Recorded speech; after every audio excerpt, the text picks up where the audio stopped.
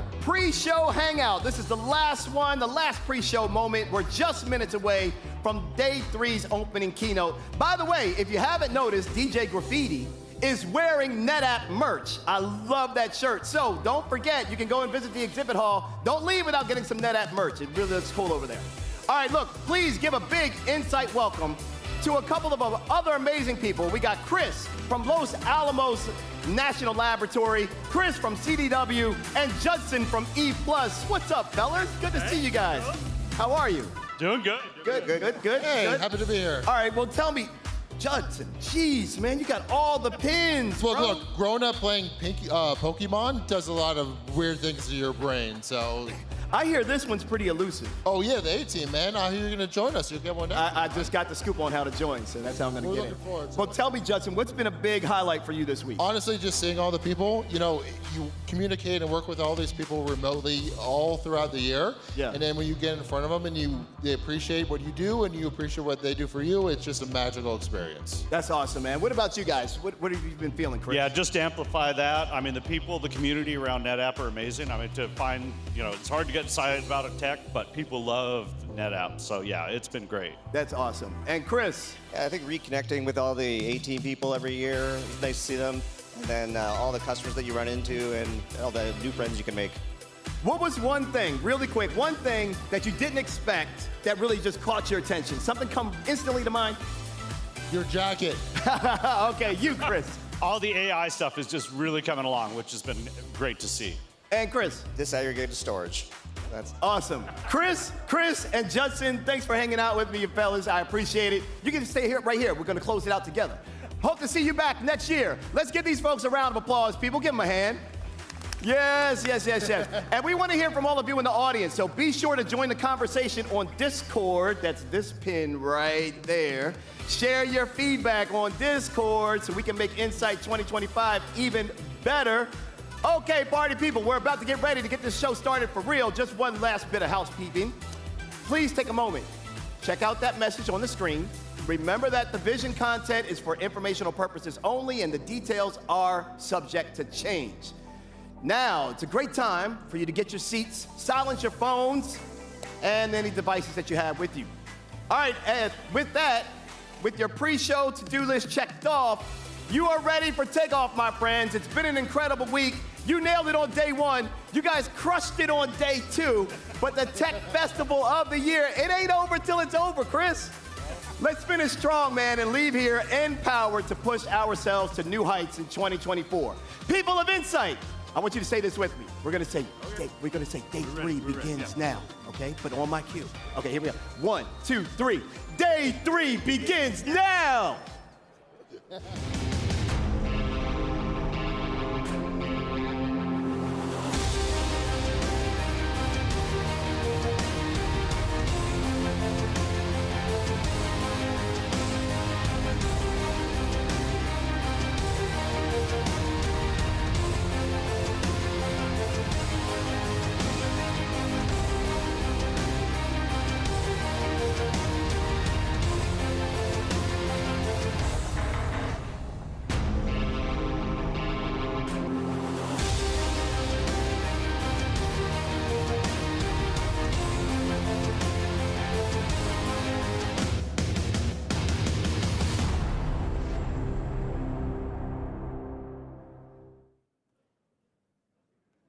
Welcome everybody here at the headliner stage and those of you joining us online as well. Good to see you all in the building. This is amazing. Day 3 is here. Let's go.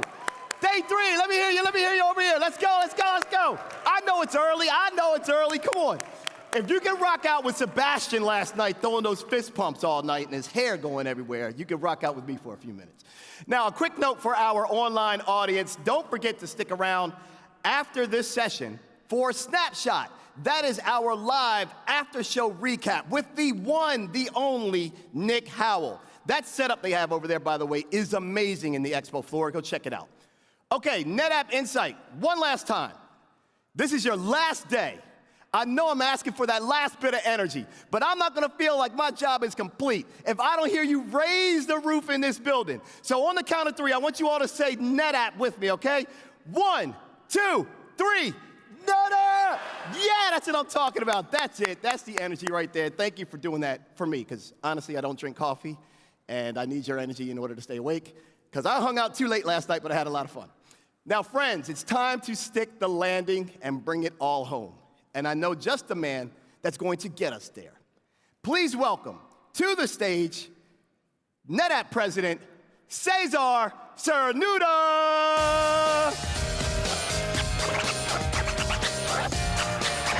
Thank you, Mario. Good morning. Good morning to everybody. How's everybody doing today? Is that it? Yeah, day three, I know that. Well, it's my great pleasure to be here with all of you on day 3. So welcome to day 3 at Insight. It's my honor and privilege to spend the day with you, at least this keynote with all of you. And I don't know about you, but I've been quite excited the last 2 days. You know, seeing some familiar faces, getting your input or feedback, and also enjoying and having some fun. As a matter of fact, I have some pictures. I've removed some, but I have others. So I thought this ones I could share. But it's great to see the level of energy. And I can tell you that for us here at NetApp, this is a very important event. Not just because we have a great opportunity to share some of our innovation and the technology that we have to serve you, but actually it's a great way to get your input and feedback in a formal, and as you can see in the pictures, in some informal ways as well. We get your input and feedback on how we can better serve you, how we can help you. And we also get feedback on how we can improve these sessions to better use your time. So I want to start with a big thank you. Thank you for taking the time to be here with all of us. Thank you for your trust. It really means a lot to us. Thank you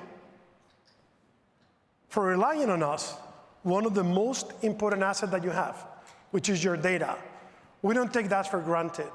And it's a big responsibility, and I can tell you that, for all and every single NetApp employee. So thank you very much. Thank you.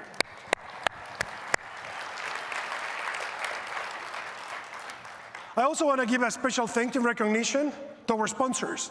You have helped us to put this event together, and not just this event, but actually I want to say thank you for all the hard work that we do during the year to bring solutions to our customers, and not just our sponsor, for all the partners that we have in the audience as well. Thank you very much for all the hard work. You make us better. We hope that we make you better, and we all serve better our customers. So thank you for that as well to all our partners.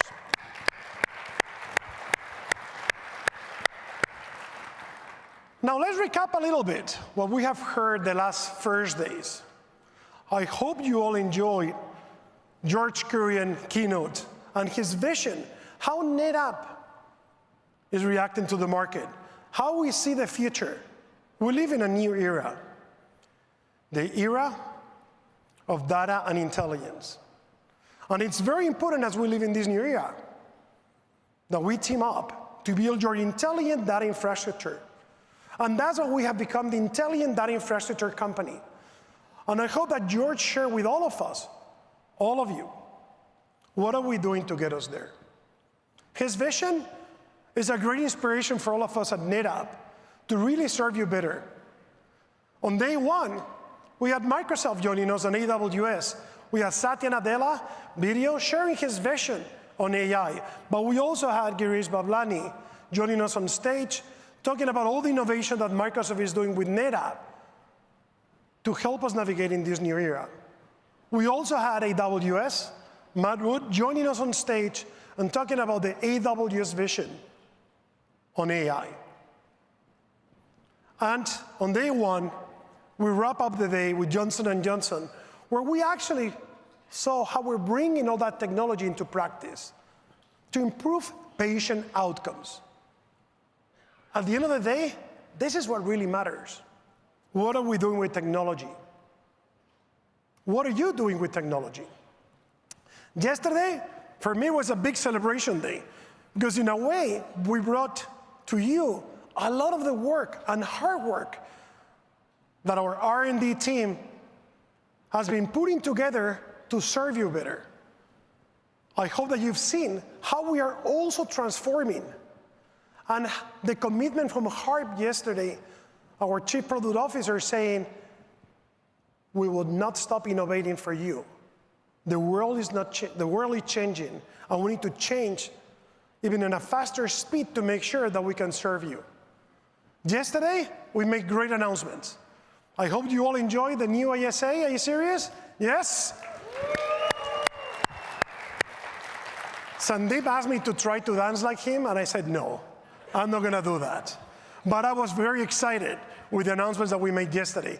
2 fast systems. I also hope that you all enjoyed the presentation from Chris, where we talk about disaggregated storage architecture.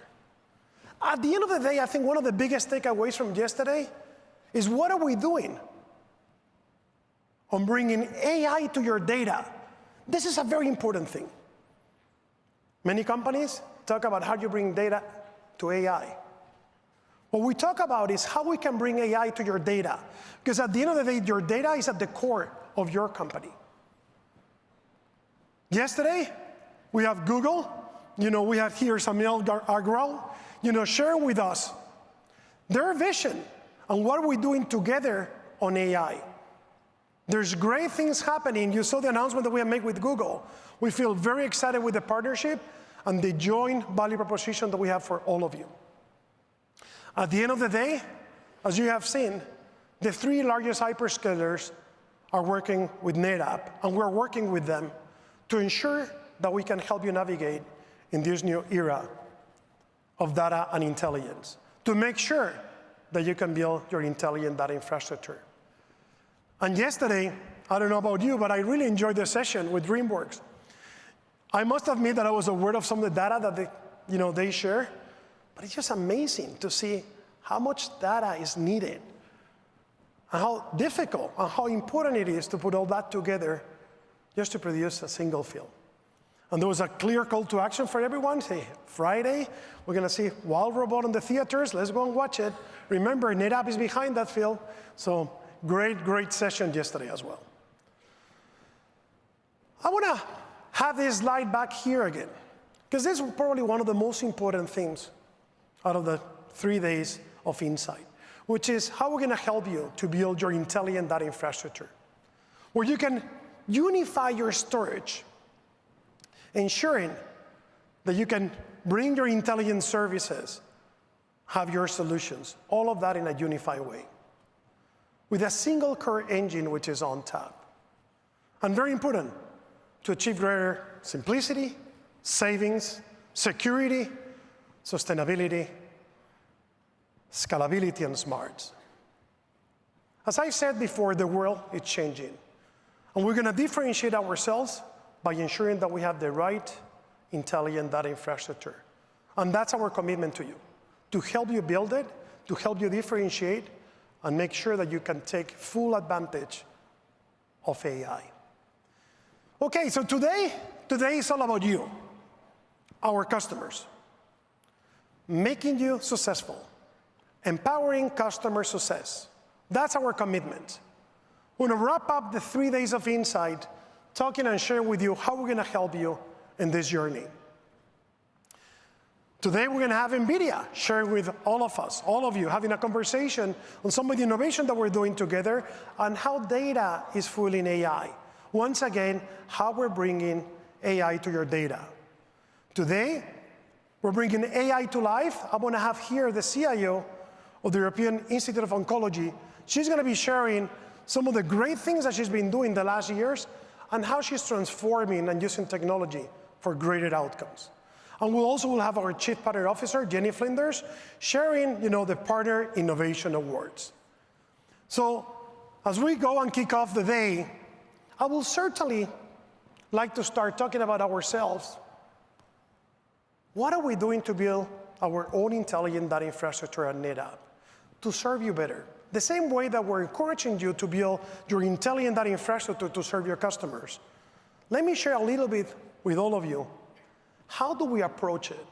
First of all, we put our customers, we put you at the center. certainly with our partners. And what that means is not just listening, it's making sure that we are able to anticipate. And this is very important. As I go and talk to our customer success team, we will bring in AI to be able to anticipate to your potential challenges, to be able to anticipate to your potential needs. I'm not going to say that it's easy to provide support in a reactive way. And certainly many times we need to do that, and I can say it proudly that this is one of our strengths, to ensure that we step up when there's a problem and be 24/7, 365 to get it fixed. But one of our most important challenges is to make sure that we minimize that by being earlier in the potential problem. How do we do that? Many of you, most of you, have Active IQ and use Active IQ. This is a comprehensive analytics and monitoring platform. It helps you make your entire life cycle, your entire customer life cycle, much easier and simpler, including the renewals process that help us actually to have much better services for you. Many of you are already using Blue XP, and I want to encourage you to do so. Blue XP is basically running with AI ops, and is the engine that enables this technology. Basically, what we're trying to do with Blue XP is to help you to be able to monitor, to observe what is happening with your data. And at the same time, it's helping us to gather information to provide you a better service, to be proactive instead of being reactive, and even to our product group to improve our products for you. Digital channel with AI search. 98% of all the interactions from a support perspective start in a digital way. Why this is important? This is important because we're always there for you. This is important because whenever you want, at your convenience, you can have an access and start interacting without waiting for somebody to call back, waiting for somebody to be able to be there, et cetera, et cetera. This has been a journey for us. This is an area that we keep working and investing to make sure that we bring, once again, all this AI potential, all these AI engines in our intelligent data infrastructure to serve you. And I'm including here Keystone. Yesterday, we talked about Keystone, but it's one of the best ways to bring our intelligent data infrastructure into action with no upfront payment. This is one of the best ways for you as well to get up and running a fast way with intelligent data infrastructure. And last and not least, this way we're putting several customer offerings, customer success offerings for you to take advantage of all of this. So all in all, we have a great agenda for today. It's all about you, your success. And with that, I would like to welcome our AI go-to-market lead, Josef Dermoni-Malin. Josef.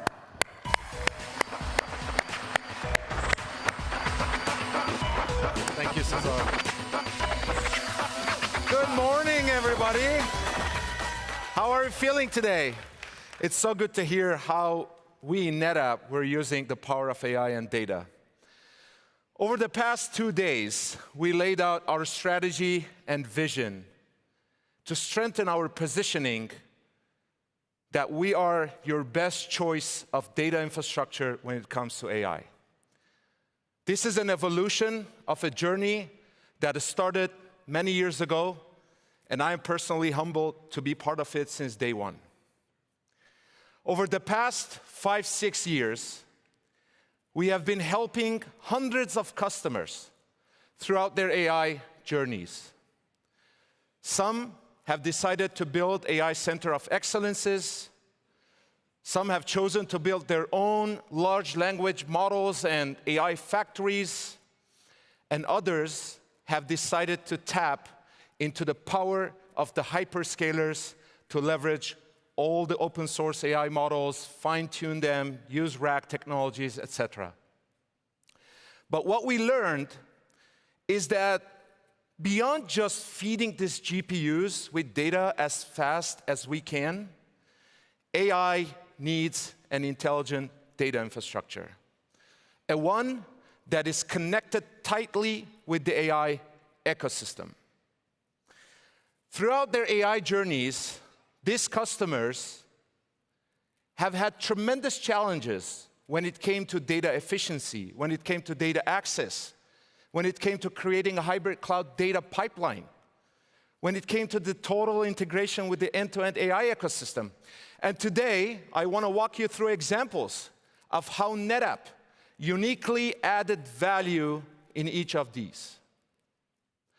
For data efficiency, we know that users need their own version of their data.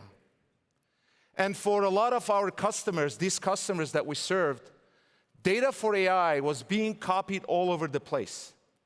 That added tremendous cost, complexity, while at the same time putting security at risk.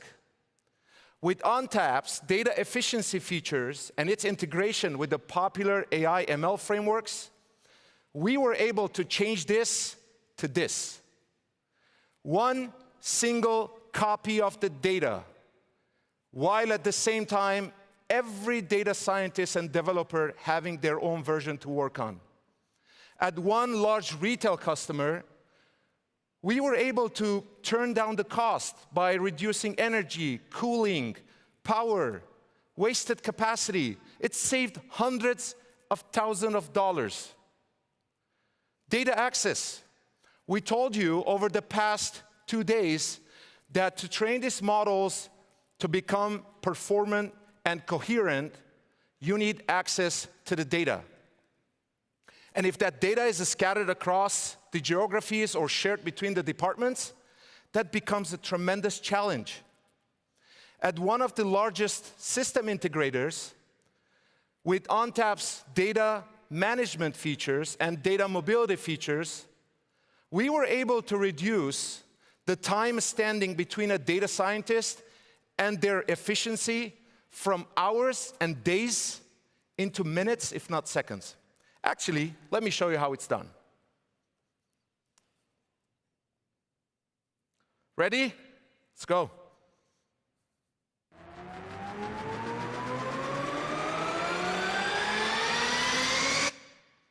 Wasn't that amazing? It didn't take that long, did it? So what you see here is a data scientist accessing data through Jupyter Notebooks itself. That's fascinating. Hybrid cloud data pipelines. For customers who wanted to tap on the power of the cloud, they got stuck in the data gravity hyperloop. But not with NetApp. As we saw on day one with Johnson & Johnson, with our intelligent data infrastructure, we were able to strip customers' data off of its gravity. What did we do? We stripped the data off of its gravity. So that now their data scientists are able to use any AI tool, anywhere, anytime, without the need to spin up a whole new storage architecture in the cloud, without the need to copy this data across the different hyperscalers, and without the need to jeopardize the security and the governance of the data. That's the power of ONTAP that we are promising to deliver on for the age of AI. Partnerships and integrations. I think that wasn't that exciting. Partnerships and integrations. All this wouldn't have happened without the tight integration with the AI ML ecosystem. I think you'll get excited now, because as we heard from Microsoft, AWS, and Google in the past 3 days or 2 days, this has been a tremendous success for us. And to hear more about a partnership that we have been working very extensively with in the past 5 years, a leader in the industry that needs no more introduction, I am excited to bring on stage Vice President of AI Solutions from Nvidia, Matt Howell.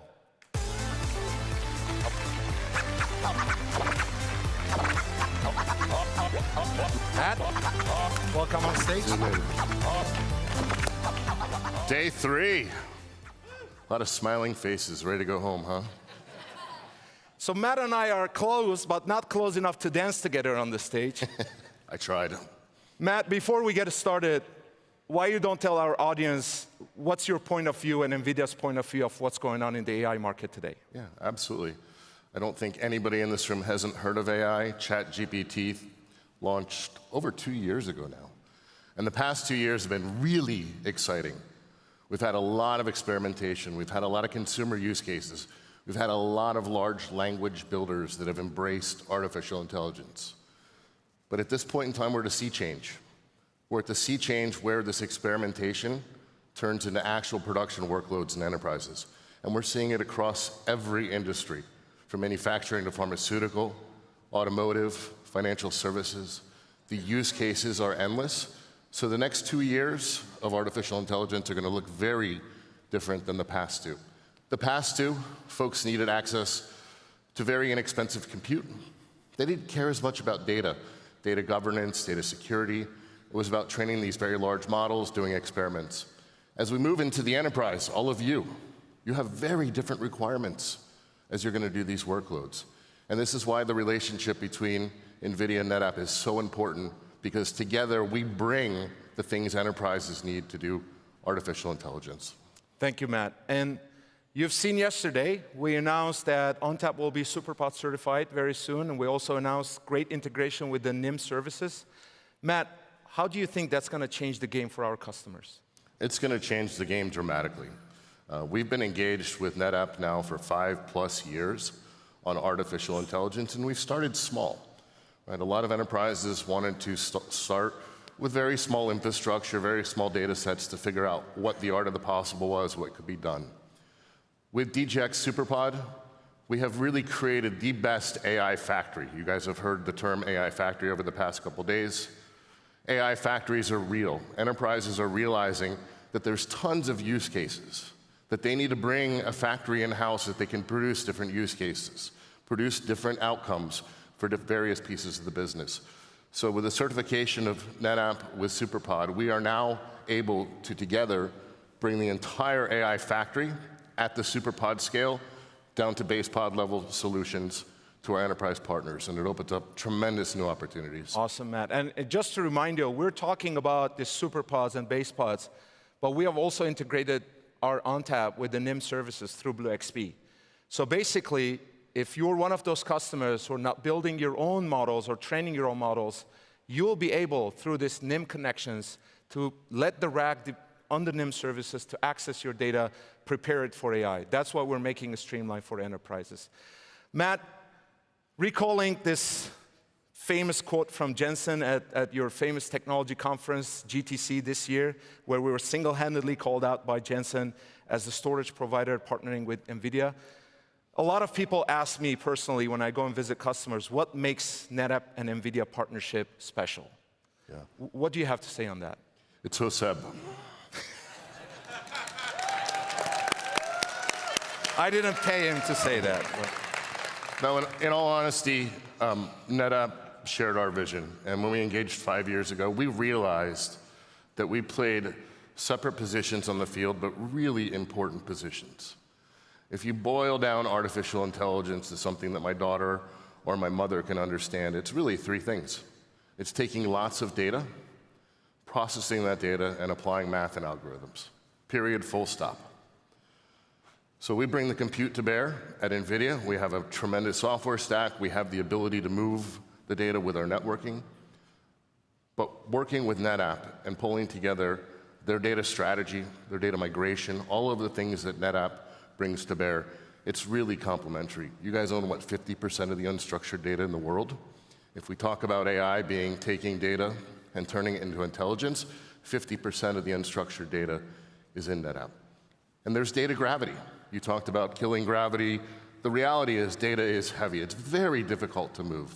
And as we continue down this AI path, it's really going to be about AI at the edge, the self-driving car, the robot, all the way back to the core in an AWS data center, or Google data center, your own data center. And that data movement and the data strategy is going to become extremely important, and that's what we can bring together.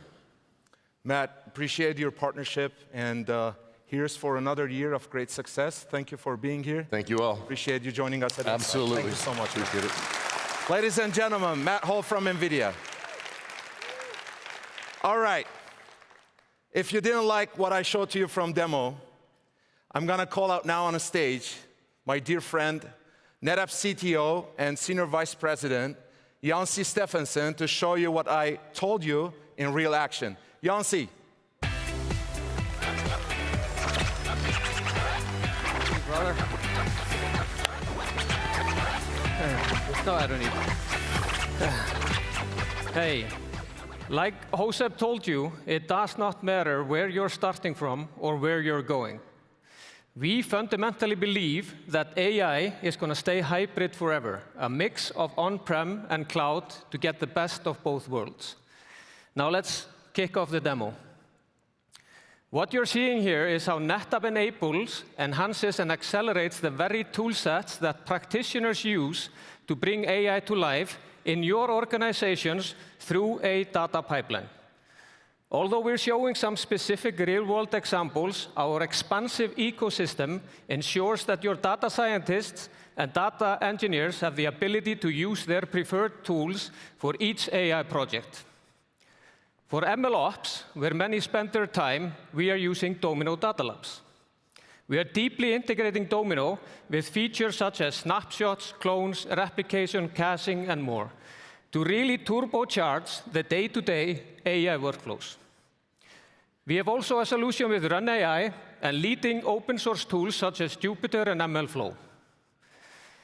Now, we are starting with the process of collecting, unifying, and ingesting data. Knowing where your data is, what type of data you have, and getting the data to where it needs to be is critical. Here you can see how it looks like in Dremio. Now on to prepping the data, organizing and transforming the data to make it useful for AI. Whether for training, for inferencing, for techniques like Gen AI or RAG, with PJ Vector being managed by NetApp InstaCluster, as shown here. Other ecosystem solutions include Kafka, Milvus, and more. Now you're ready to train. You might be doing this on-premise using our capabilities with PyTorch and Feast. We're showing Domino here again. But when you're renting GPUs or other accelerated compute resources, you are going to need to bring this data to the cloud. Who else better suited to make that easy than the intelligent data infrastructure company with ONTAP native cloud solutions delivered by each one of the leading public clouds. Our unified control plane and consistent data plane is unmatched in the industry. And using capabilities like FlexCache and SnapMirror, which we are using BlueXP to manage here, ensures that your data moves securely and seamlessly to wherever it needs to. You can take advantage of a full range of cloud AI turnkey services with direct integrations into NetApp-powered first-party storage services, ANF, FXXN, and GCNV. Like Bedrock and SageMaker in AWS, OneLake ML Studio or OpenAI services on Azure, and Vertex AI on Google. Whatever cloud you want to work with, NetApp has your back. Now you got a model, and you want to put it into production. Maybe you're bringing this model back from the clouds to on-prem. You can choose from designs with Red Hat OpenShift AI, Kubeflow, or Ray to make your AI projects ready and available. Need help building your operations bench? InstaCluster offers a managed service for key pipeline components such as Kafka and PG Vector. Make no mistake, with intelligent data infrastructure, you get rid of data silos, accelerating business values, simplifying your data environment, and most of all, de-risking the implementation of AI. I invite you to come to the Insight Festival grounds and experience the AI sandbox firsthand, or take advantage of one of our incredible partners to help guide you through this journey. There is no need to wait. Become that AI champion that your company needs. And now let's get Josep back on stage. Perfect. Janci, you made it look so easy. Well, I mean, we couldn't have done this. I mean, this has been a collaboration with all the ISVs and expanding the ecosystem, and it's been a beautiful collaboration with all of them. Awesome. And to get hands-on what Jansi demonstrated to you, we are making this available. Thank you, Jansi. We're making this available through our global AI competency partners. Let's give a round of applause for our partners. Awesome. Let me summarize what happened this week. On day one, you heard George tell you that we are committed to help you deliver on the promise of AI, the same way we committed to deliver on the promise of the cloud many years ago. And we got a history over there, right? On day two, we showed you how we are doing this. Throughout the past 6 years and talking to hundreds of customers, you asked us for disaggregated architectures. You will get it.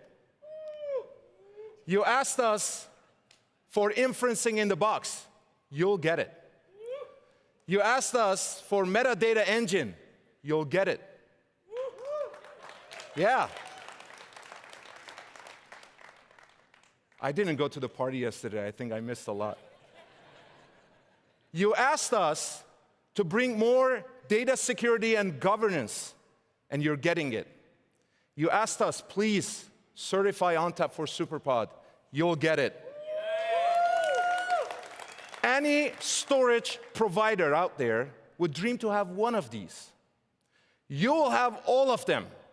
You'll have all of them through one unified, intelligent data infrastructure. One unified, intelligent data infrastructure.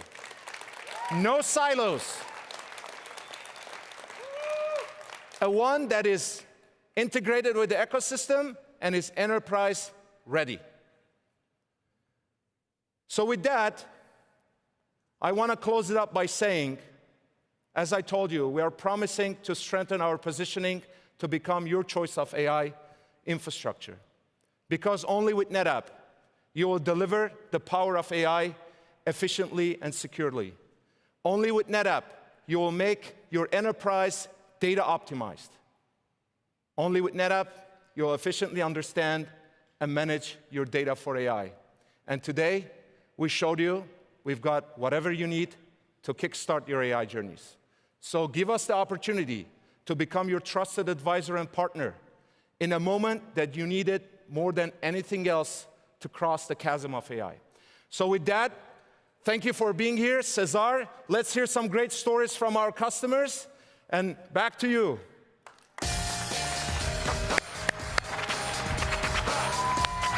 Give me a clicker. Right done, good man. Very well done.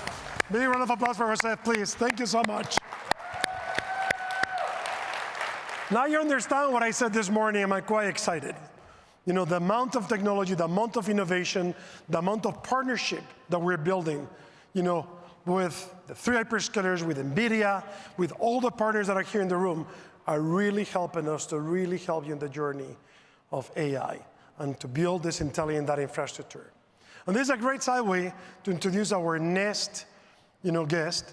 But before we do that, let's roll a video, and this is European Institute of Oncology. Please, let's roll the video. Cancer affects everyone, people we know and love. Sometimes people we don't get the chance to meet.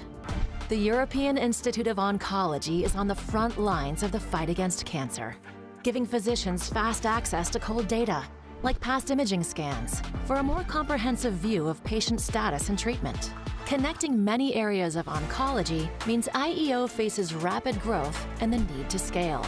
IEO's storage grid environment embraces unified data storage. It's highly scalable, easy to manage, and provides ready access to vast amounts of data, including a data lake that utilizes AI for groundbreaking research. The Institute is dedicated to using these tools and technology to ensure this is a fight they can win, so everyone can enjoy more time with the people they love. Nice. Please let's welcome Ana Rosa Farina, CIO of the Institute of European Oncology. Ana Rosa.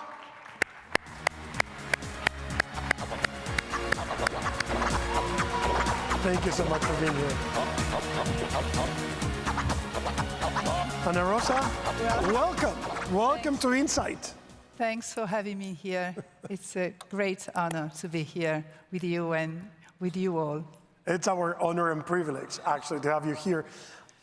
Why don't you introduce a little bit about yourself? Not everyone knows you here. I know you for a while. I know what you do, but I would love people to get to know you a little bit more. Well, I've been working in the healthcare space for more than 20 years. Research hospitals are my home. I'm very passionate about my job. And I've been always focused on process optimization through technology, system integration, always at war with application silos, as we heard yesterday also from Krish. And above all, on data integration, data governing, data lineage, in order to bring value to the healthcare stakeholders, who are physicians, caregivers, managers, and above all, patients. Currently at the European Institute of Oncology, I'm the game changer, helping the institution turn into a data-driven company through the adoption of intelligence infrastructure. You know that? Okay. I do, yeah. I do. And digital. And thank you for your trust. Yeah, and thank you.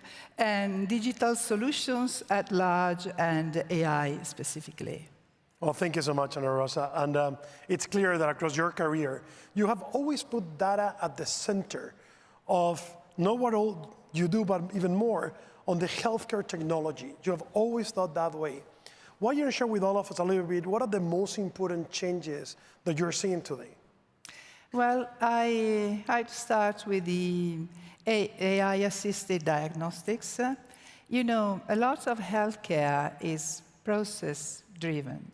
And when you have a process, a machine can allow that process to be performed in a very standardized way, repeatedly and safely. And so safe is very important in the healthcare. So AI is very helpful in this regard, seeing that it works on data being produced by those diagnostics and sifting through data. It allows create models that can make data questionable, interrogable by the physicians and get them outcomes who are evidence-based and actionable. So it's extremely important. And above all, I think always at patients, above all, AI-equipped diagnostics help improve patients' experience dramatically. For example, MRI equipped with AI functionalities cuts of 1/3 the duration of a scan. That means that patients are undergoing a less unpleasant experience, so to say. So that makes a difference. And remember, any of us can be a patient. It's not a question, it's not a matter of if, but of when. Ana Rosa, many of the people here in the room, in a way, have similar challenges that you have faced. We want to go be early adopters of some technology, and in your case, you were a very early adopter of AI-assisted diagnostics. So how do you bring the Institute along with you? What were the challenges that you faced? How do you make it happen to realize your vision?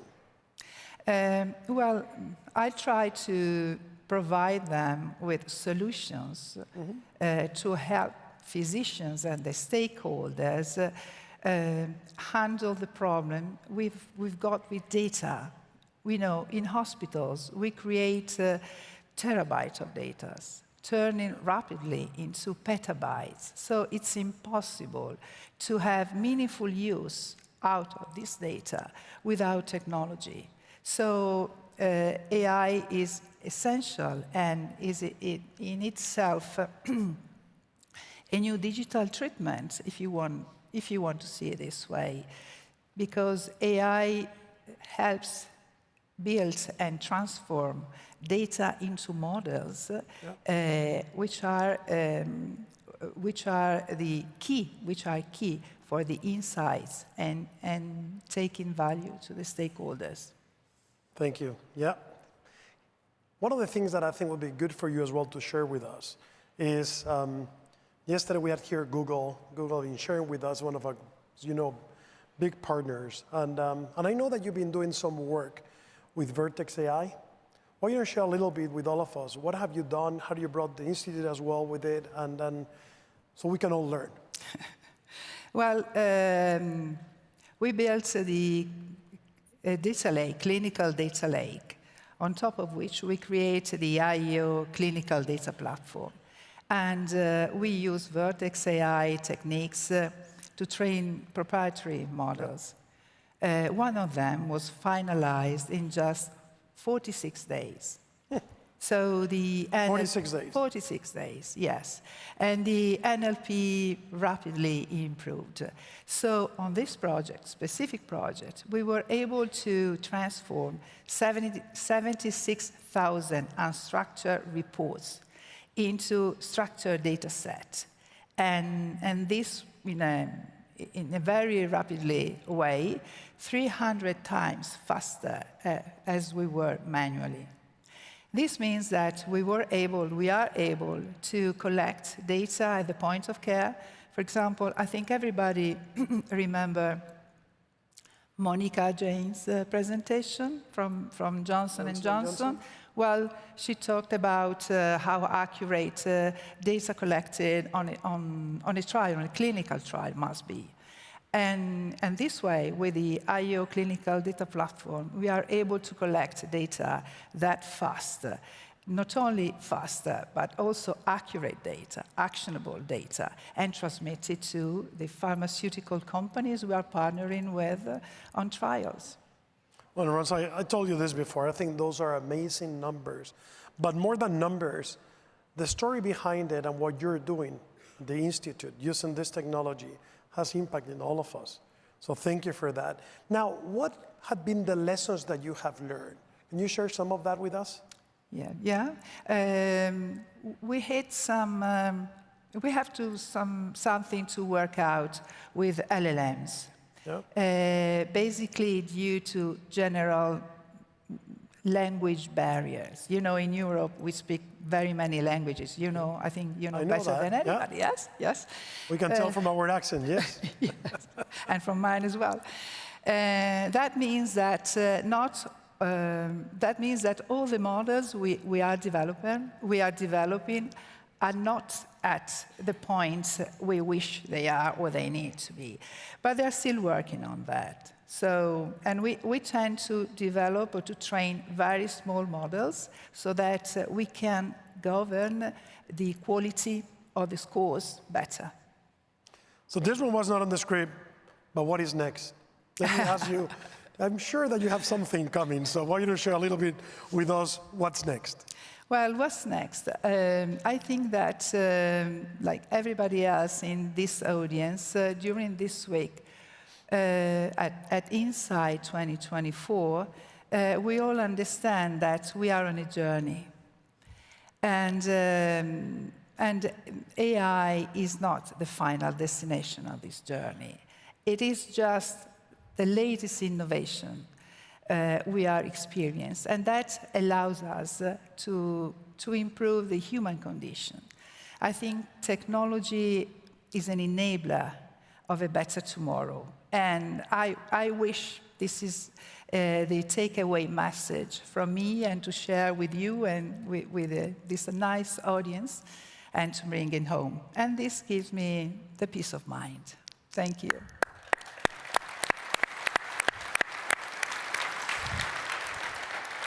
Well, actually, Ana Rosa, I couldn't agree more with you.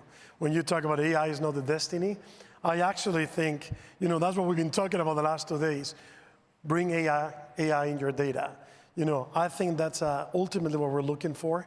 I'll talk later a little bit about that in my closing, because that's what I think all of us should be aiming for. With that, I want to say thank you so much. Thank you. Thank you for being here with us. Thank you, everybody. Please, let's give a big applause to our...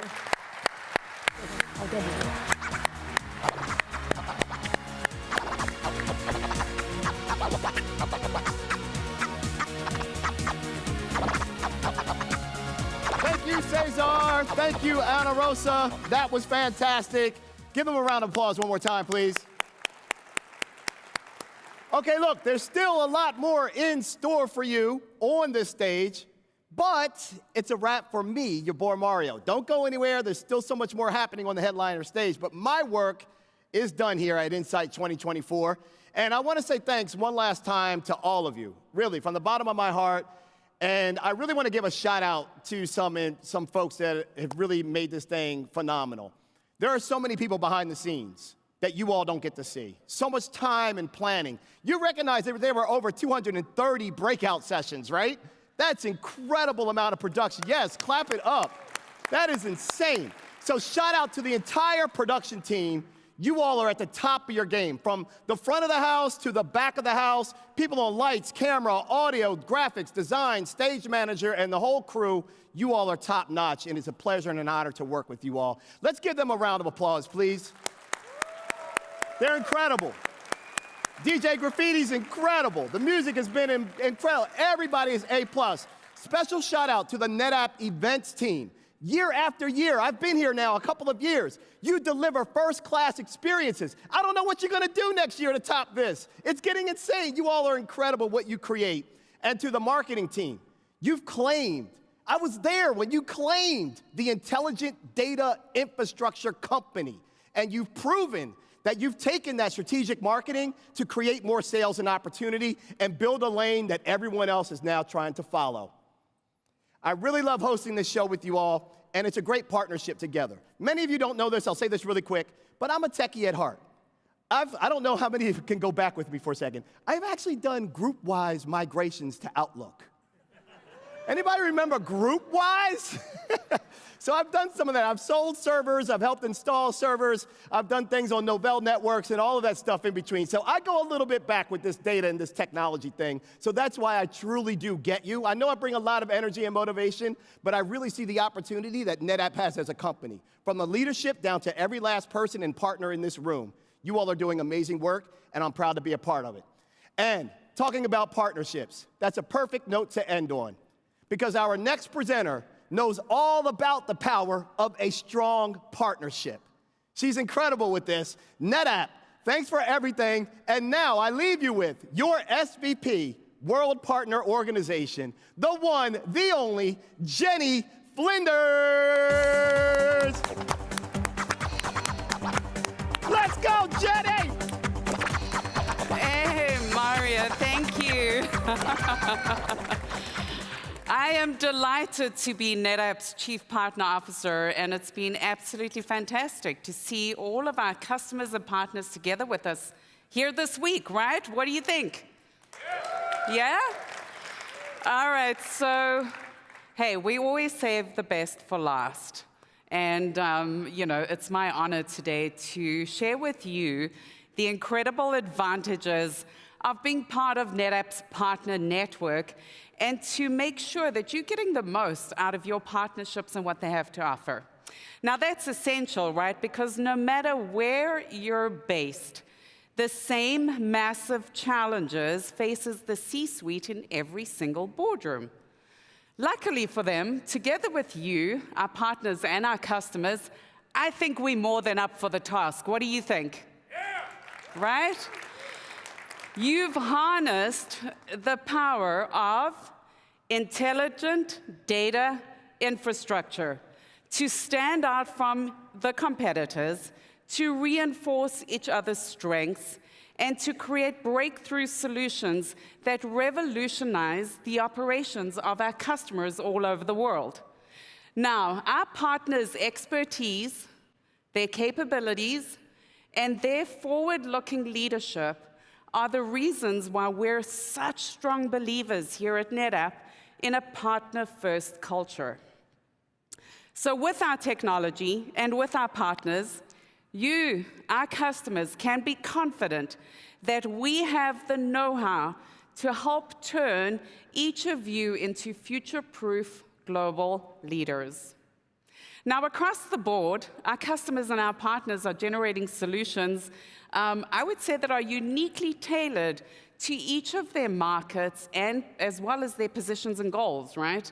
Now, the benefits are remarkable, and at a time, which you've heard in the last 2 days, when IT has been taxed by the growth and the explosion of this data, NetApp provides an opportunity to improve the bottom line with intelligent services like differentiating between hot and cold data.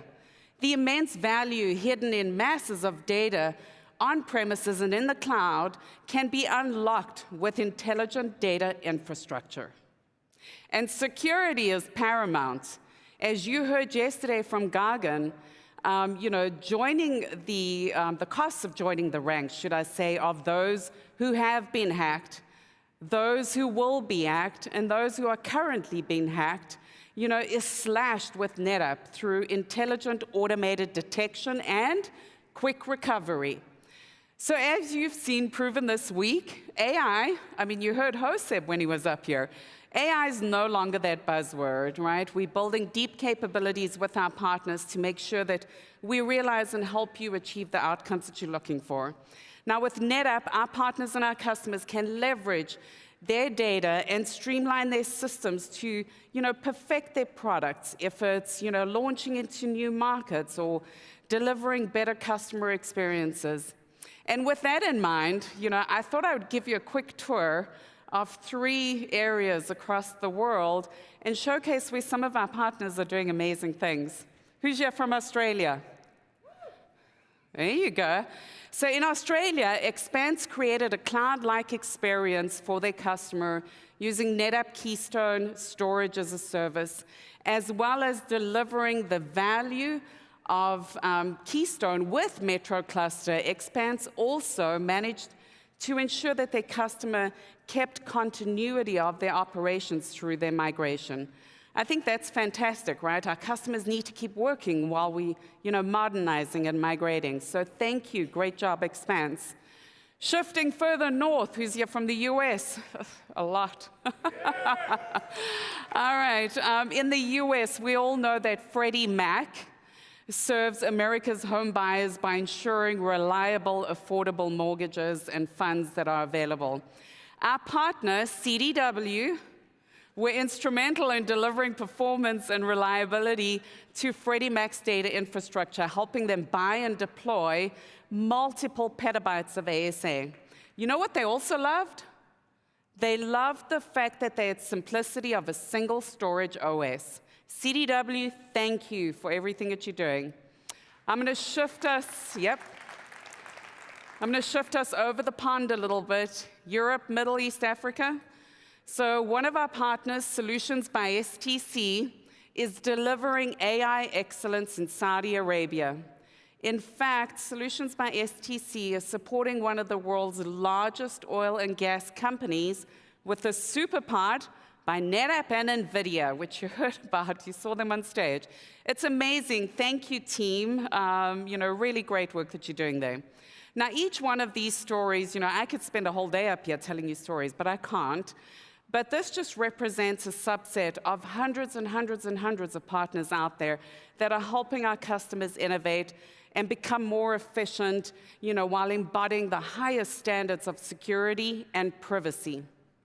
And these are just 3 of many. But you know what? Speaking of great partners, I have some exciting news for a specific partner today.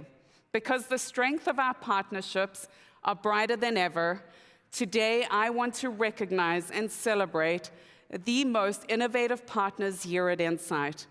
And this year, we are going to be giving away the Partner Innovation Award at Insight this year. So please, I have to tell you, this wasn't easy, right? This year, we had over 45 submissions.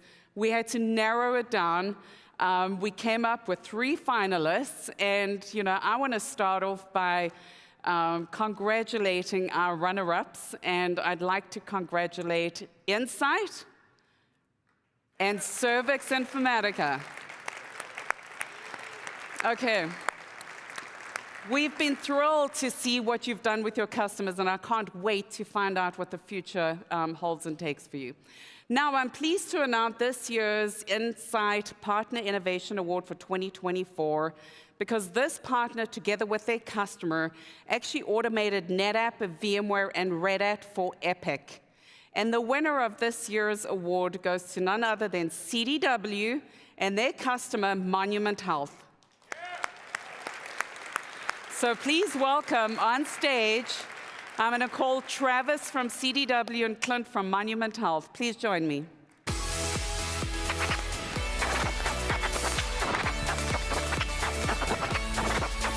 Hey, Clint. Nice to see you. Good to see you. Travis, come join me. So Travis and Clint, congratulations. We've heard wonderful stories this week, customers telling us how NetApp has helped them, their partners have helped them. But I'll say, on this particular solution, I think I speak for all of us when it comes to healthcare, right? Because trusting your medical provider is really important. It's a personal, non-negotiable, I would say, that we each have. And a huge factor of that trust is making sure that providers like you stay on the bleeding edge of technology, right? So we're really excited to celebrate CDW and Monument Health with us, because together they designed and implemented an intelligent data infrastructure to support Epic, which, by the way, Epic is one of the most widely used electronic medical record applications in the world. So firstly, Clint, let's hear from you a little bit. When did the relationship start with CDW and NetApp, and how has it evolved over the years? Well, the partnership started in 2017 when we were looking to migrate our EMR system to Epic. We had a great relationship with CDW at the time, and they introduced us to NetApp and helped with the migration of our EMR to our first NetApp system. Nice. And how have those changes, I would say, impacted, Monument Health with, the data infrastructure piece? And Clint, do you want to maybe speak to that? We've seen significant growth in our data, more demand for access to that data. So we need to be able to provide access to that across multiple platforms while keeping things secure. Good, good, good. Travis, how did CDW support Monument Health through this initiative? Yeah, so Clint and I have had a long-standing relationship for quite a while. Yeah. And, really, we've seen some of the challenges that Clint had around his Epic environment. And, as he said, the needs for that environment consistently changing and growing. So we worked with Monument Health and alongside Clint to develop an automation solution leveraging Ansible. As part of that, we were able to leverage the Ansible modules that NetApp has been developing and continue to develop. And as part of the process, we're able to use those modules really to automate snapshots, cloning, replication. But at the end of it, it really allows for a solution for Monument Health for self-service backups, refreshes, all by the application owner. Tell me, Clint, a little bit more. That's fantastic, by the way. How did this solution really help Monument Health? Talk about the people, process. So the IT infrastructure team for Monument Health is a small team. Mm-hmm. So by being able to leverage automation, there's a lot of repetitive tasks that we don't have to keep doing. A close watch over as much. Our application team now can refresh the environments themselves on demand without the infrastructure team having to be involved. Yeah, and I think one of the big pieces there is this really ensures that data's refreshed every time, the same way. And then the other is there's no longer prone to human error, right? Or something being misspelled, or a process not being run. And then the other is really around the security of that data, right? If we look at the EMR space, we need to be able to secure that, and by leveraging automation, we're limiting who has access to that data. I think it's fantastic. Now, really excited for you guys. Listen, as we look forward, right, going forward, the relationship between CDW, NetApp, and Monument Health, what do you envisage? Well, we're always looking at ways to improve reliability, increase efficiency. So recently, we've invested in implementing a cyber vault. Being a healthcare organization, we're prone or more likely to be a target. Be a target, yeah. So we need to ensure that our data is always available and we have multiple restore points with CyberVault, we can ensure the integrity of data and provide an immediate restore if the need arises. Which is really critical, right? Travis, Clint, thank you so much. I wanted to showcase both of you this morning. I want to congratulate CDW again for the Partner Innovation Award. Thank you for being a wonderful customer, and we look forward to engaging more with you. Why don't we get up here and take a photo to commemorate this moment as the winners? Come on.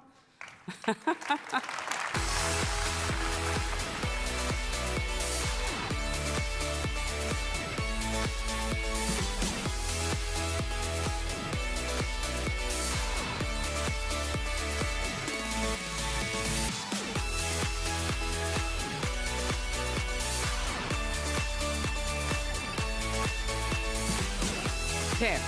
Travis, Clint, thank you so much. Thank Good you. to see you. Clint, we'll chat with you soon. Thank you so much. Congratulations again.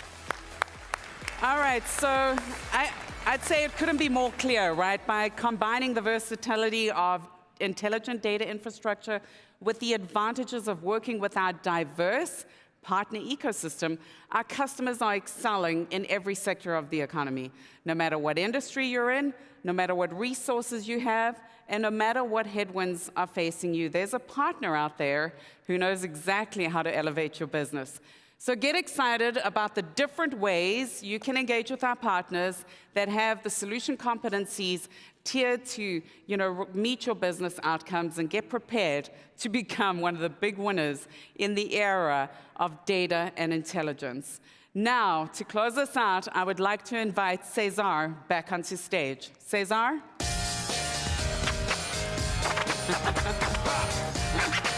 Thank you, Jenny. Thank you so much. Well, congratulations. Congratulations to Monument Health and CDW for the Innovations Award. Certainly, those type of stories are the ones that make us different. I don't know about you, but having an Rosa on stage talking about what they're doing in the Institute of European Oncology, Johnson & Johnson, Monument Health, those stories are stories that really, really impact our lives. And in a way, that's what we do, all of us, every day. When we come to work, we impact people. We work with people. So anyway, let me try to do a wrap up with some key takeaways. We live in a new era, the era of data and intelligence. And those companies that will be able to adopt it, those companies that will be able to embrace it, those companies that will be able to understand that data is at the heart of what you do, and that you need to make sure that you secure it, that you protect it, but at the same time, that you're able to structure it and work with it, will make a big difference. Those companies that will be able to go and build an intelligent data infrastructure, bringing AI to your data, ensuring that you differentiate yourself to your competitors, because you're taking advantage of all this innovation in ways that others can't, will be very successful. And at the end of the day, we believe that we're very well positioned with our partners to serve you. We're trying to do our homework, what you expect from us. Working with the 3 hyperscalers, working with Nvidia, to ensure that we have the latest and greatest innovation to fulfill your needs in a truly hybrid cloud world, to ensure that we help you to build this intelligent data infrastructure. And our thousands of partners around the world are working with us to bring those solutions to all of you. Knowledge is power. We have heard this since many years ago. Why I'm bringing this back? The reason why I'm bringing this back is because of the speed and the change that is happening. The explosion of data and the adoption of AI is really important to understand today, that is changing the way we embrace that knowledge. And that knowledge's power is actually bringing us different type of information for all of us to make decisions. So this discussion that we have for many years on that knowledge is power, today is a reality. And what I mean today we're seeing one of the most important inflection points in technology since many years, since decades. Some says it's going to be the biggest one in the century. I'm not sure about that. Still many years to come in this century. But certainly is the biggest one that has happened since the internet inception. And just think about the speed of the internet adoption versus AI. Just think about this year in your companies, talking to your CEOs, how Gen AI and AI has been a top of mind for all of us. And that's why it's so important that we are well prepared, we are ready, we do our homework to really serve our customers, your customers, the way they want and they need. I like this analogy. AI is the printing press of data. Just think about it. AI is the printing press of data. It turns really into information that we can use to choose our path forward. This is very important as well. At the end of the day, if you heard Ana Rosa, she was saying AI is not a destiny, but with AI, I can make better decisions. With AI, I can save lives. If I have the right intelligent data infrastructure, I can really put all this in action. And I can really unlock the power of knowledge. And that's what really motivates us at NetApp. At the end of the day, I think we are here to create a better tomorrow. Each one of us in our own industries, each one of us are serving customers. Each one of us come to work every day to bring our very best. And what we want is to create a better tomorrow, to ensure that our kids have a better life, that the people that work in your company have a great future, that your customers have a great future, that all of us contribute to it. And that's why AI is not a destiny, as Ana Rosa said. But we need to unlock it, we need to enable it, and make it happen. So with that, I want to say, please write down the dates for next year. Next year, October 13, October 15, we're going to be back here at MGM Vegas to host you, to have your event, to have insight. And I want to say thank you to all of you. I want to say a special thank you to the team that had put all these events, and I want to give a big round of applause to all of them.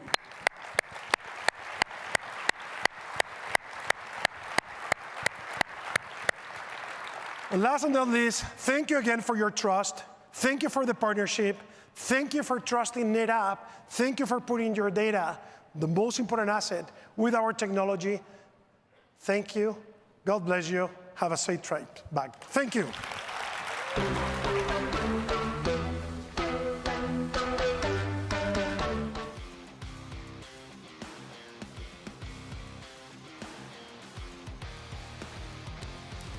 Hello, everyone, and welcome back to NetApp ONAIR Snapshot, coming to you live from the expo floor right here at the MGM in Las Vegas for Insight 2024. That's it, folks. Oh, but it's not. We're still here. We're still here for the next 2 hours. We're going to be breaking down everything that you heard and really even looking back over the last 3 days in total of everything that we've learned from Insight 2024.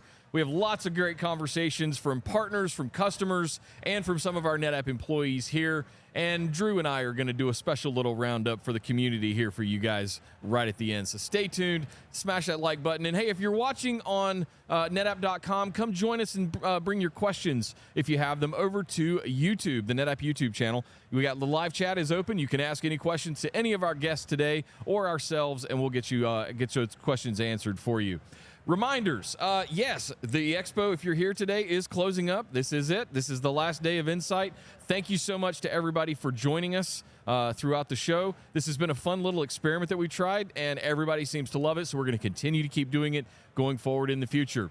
If you were here and you got your community party t-shirt, thank you so much. for coming to the first ever community warm-up party here at Insight 2024. Again, another great thing that happened for the first time this year, and we got rave reviews, and everybody seemed to really enjoy it. So we got some big ideas for next year. Hardware Universe posters are back. In case you missed the show yesterday where I unfurled one for the first time, we've been working on those all summer to get them right for you, and you can get those if you're not here at the show. You can get those now on the NetApp Gear Store for about, I think, $5 or $6, if I'm not mistaken, shipped directly to you. If you are here at the show, just come down to the expo floor, and there are places where you can find them for free in the product pavilion. Big lineup of guests today. We have a lot to go over.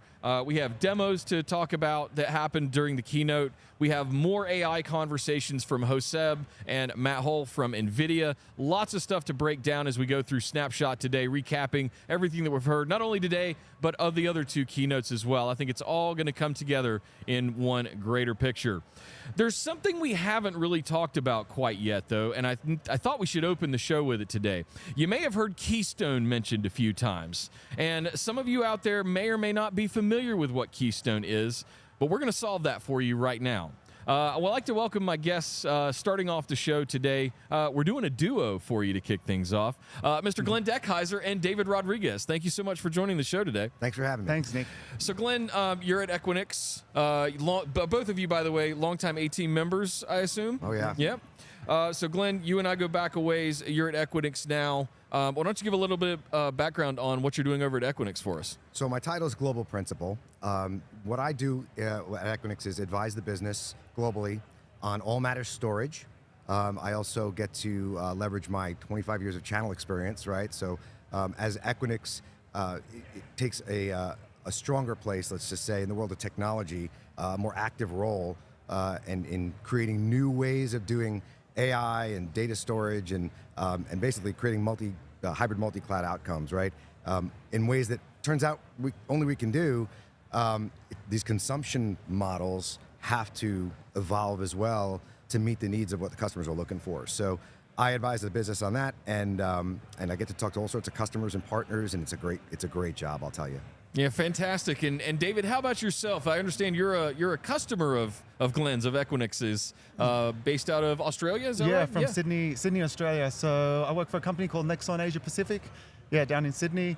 And we have all of our infrastructure over in Equinix, so in multiple sites there, different states. Been using NetApp since about 7 mode. Nice. So at least before 2012. Yeah, exactly. So quite some time. It's been great. Love the partnership there and everything like that. And we've just recently, I would say, was it end of last year, transitioned across over to Keystone, which has been great. So if I can ask, what was the sort of driving force that before you even made the decision, what made you curious about it initially? Yeah, so the curiosity was basically taking some time off the team and having another team, an extension of our team really on the side, and then also just going from that OpEx to CapEx model change as well. So that was the big driver. And one of the things, being techie at heart, was that I really liked that we got all the latest hardware come in. And then at the refresh cycles, Keystone would take care of all of that. So if there was a need to change any of that hardware out due to some type of IOPS increase or demand, then they would take care of all of that. So we could kind of work alongside them, but we're not in the nitty-gritty of it. Gotcha. So how do upgrades and refreshes work? Glenn, if you want to take this one, when somebody comes through, or let's say we launch a new system like we have this week, or new disks arrive, or a customer needs to increase capacity or something like that. With Keystone and a kind of a storage as a service mentality, how exactly do upgrades work like that? Well, the cool thing is that you're not dealing in the same units of measure and units of administration and operation that you used to.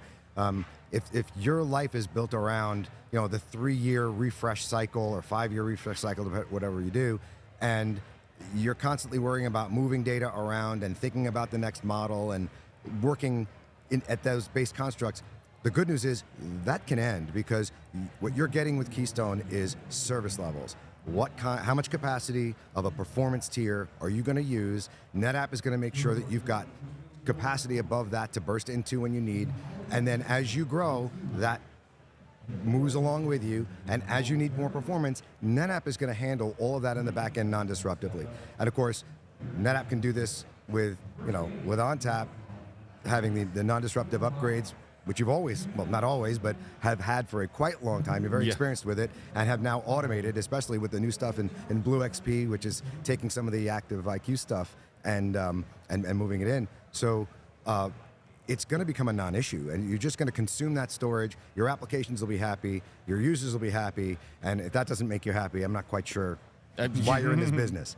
Yeah, so it's a little bit more than what you would consider like traditional remote hands in a way in a colo facility, for example. Like you guys are really white glove taking care of just about everything, and customers like David can just pay their monthly bill. Is it that simple? Well, there's a couple different ways, right? So our colo customers, right, that like David's doing, like you can have your Keystone dropped into your Equinix or your data center, even your own data center, dropped in and in the rest within the rest of your infrastructure. Great. Right, and so that's one way to consume Keystone. There's also new paradigms on this, by the way. So like, we don't call this Keystone out there, but that same paradigm from NetApp is available, for instance, on the NetApp on Equinix metal, which allows you to deploy NetApp in an as-a-service 30 metros globally, right? So, but it's the same performance tier and consumable model where you're not worrying about the disruptions. You're not worried about any of this stuff. It's delivered as a service, and it brings a completely different mode of thinking to how you're dealing with storage, because now you can focus on the upper level outcomes and what do you need from your storage. Don't worry about how the storage is delivering it from a specific, a configuration. It just takes so much overhead off of it, and just gets you. And so when I found, I didn't even know, by the way, he was a customer until you told me. Well, it was a happy coincidence so when we thank were. you, by the way. I appreciate that. When we were putting the show together, it ended up being a happy coincidence that I wanted to find a spot for you both, and I went, wait. Worked out well. Right, it worked out. David, I'm curious to hear from like the customer side perspective. Yeah. Obviously, we've got the service that Equinix provides, but did it satisfy everything you were sort of looking for, and Nexus was looking for when you guys were seeking out a storage as a service solution? Yeah, I think it was. And one thing that was really interesting was when the team came in and did an evaluation of our workloads. And I think, as you mentioned, the QoS levels and everything like that, and just having a look to see, do we really need platinum level storage for certain workloads? We could right-size a lot of that thing. So that was quite interesting from a tech perspective. And so now we've got all of our QoS levels set and everything like that. They're very adjustable as well. So if we need to move in between those levels, it's really a flick of a switch. How did you go about evaluating that initially, if you wouldn't mind? Because we have a fairly technical audience here. Just give us a little bit of background on how you go about evaluating which service level to choose. Yeah, so I believe a lot of it was done by the NetApp team. I believe they used Cloud Insights. Nice. Yeah, and heavily on OCI. Ooh, nice. Yeah, as well. So they were really able to break down the IOP level, and then get right down into the detail there, and be able to sort out those workloads. And 2 thumbs up, pretty accurate. They get it right on the first run. Yeah, really accurate. I just love that you can adjust that, like, because if a workload does die off in the future, you can just change the QoS level and away it goes. So and then that adjusts on the billing as well. So, really nice. And the next really time nice. the collector comes in, has a look at your data, what's being used, that's adjusted. So Glenn, do you guys have anything coming up as far as any announcements or anything, any new services, anything that, give me the pitch right now of like what's going on at Equinix. Right now, the NetApp on Equinix metal is really the kind of the new paradigm of how you can get this technology deployed globally, right, without having to touch it, but getting all the benefits that David's talking about, right? Everything that's inside that NetApp is completely available. As low down as you want to get, you have access to that box to do what you need to, but you also get compute right with that, right? That's bare metal stuff, right? But almost as important is where that goes, right? And one of the things that David's company enjoys, because I think you're in Sydney, you said, right? Yeah. So, and we're located kind of at the pivot point of the hybrid multi-cloud, right? So all of the wonderful things that Blue XP can do with data motion to all the different clouds, right? Imagine having that set of data, your core set of data, right on a Keystone provided appliance. And from there, you can launch that data like military power quickly where you need it, in any cloud or as a service, because Equinix is a place that, that's what we specialize in, is agile interconnection to all of these places. So we give that NetApp, data, we used to call it data fabric, right? I mean, we don't say it as much anymore, but that what NetApp does best, we supercharge that, because you guys at a Ferrari, we're the track. We're the one that gets you all the exit on-ramps to where you want to go. Yeah. So customers can take that data, go do what they want to do, get in and out, and all that value of fail fast, doing your whatever in the cloud, moving to as a service, bringing other gear to close to that data. That keystone data in there, that's the core of the value. That's your business right there. So being able to do that, whether it's in co-location with we'll call it a standard keystone deployment, right, or whether you're doing it with our metal service, right? The outcome is there for customers to kind of exploit. And what I'm looking forward to is to see how customers are going to do stuff with this, because NetApp never gets you all the way to the outcome. They're giving you the keys to the car.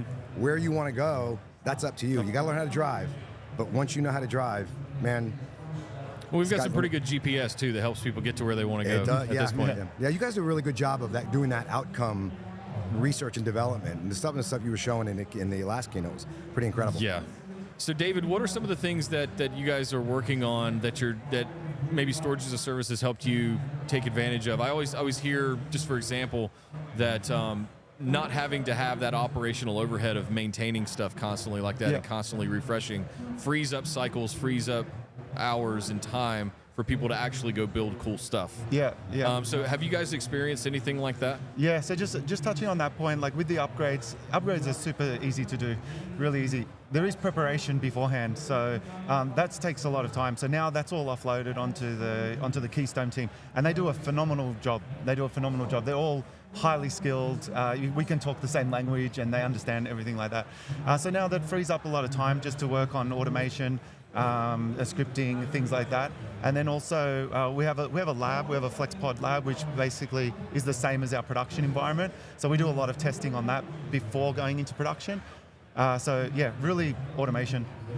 Although I'd be remiss if we didn't add in the latest updates in Blue XP and IQ, right? Because now all the stuff that he just talked about has now been automated even further to let you do all that without even thinking about it. Now, I'm still wondering how many people are going to do that in production, but like everything else, as more customers do it, more people will have faith in it, and you're going to see a lot of customers in production. All the remediation is going to be done for you automatically. I thought that was a really cool thing in one of the sessions I saw on day one. Yeah, I'm interested to see some of the details as well around how we're going to allow people to manage Keystone and stuff like that externally from traditional storage systems or our first-party cloud storage solutions. I think those are absolutely going to be game changers for people, especially when it comes to storage as a service. We got a lot of things to do with sovereignty, especially in the EU. I'm not sure how that really runs in Australia, but is that something you guys run into? Do you run into sovereignty issues over there? Yeah, from time to time. I really love the classification being introduced into Blue XP, so we'll be looking at that quite heavily. And that leads me back to that lab, lab instance with Blue XP, anti-ransomware, all of these kind of things. So this is stuff that we now get time to test instead of concentrating on things that Keystone team are doing now. So it's been great, Nice. Sovereignty is something that we see a lot at Equinix, right? And so in the context of NetApp, like for instance, let's say you have a Keystone or any ONTAP in Vancouver, like in Colo, and you also have it, let's just say in, I don't know, Montreal. And Canada, if you're a compliant organization, you need to make sure that if you're replicating between those two, that those packets don't go out of Canada. That's actually, in some cases, a legal That's a real requirement. rule. It's a real rule. So Equinix, we think about these things. So we have this thing called Equinix Fabric. It's pretty popular. Everybody knows about it. It's kind of the thing that people think, oh, that's the cloud on-ramp thing. Well, it's a lot more than that, because it also connects customers to themselves, right? Regionally, globally, you can create these IP WANs. You can do some pretty cool stuff with it, right? But one of the features of it in certain territories is the ability to ensure that my connection from Vancouver to Montreal never dips below the border.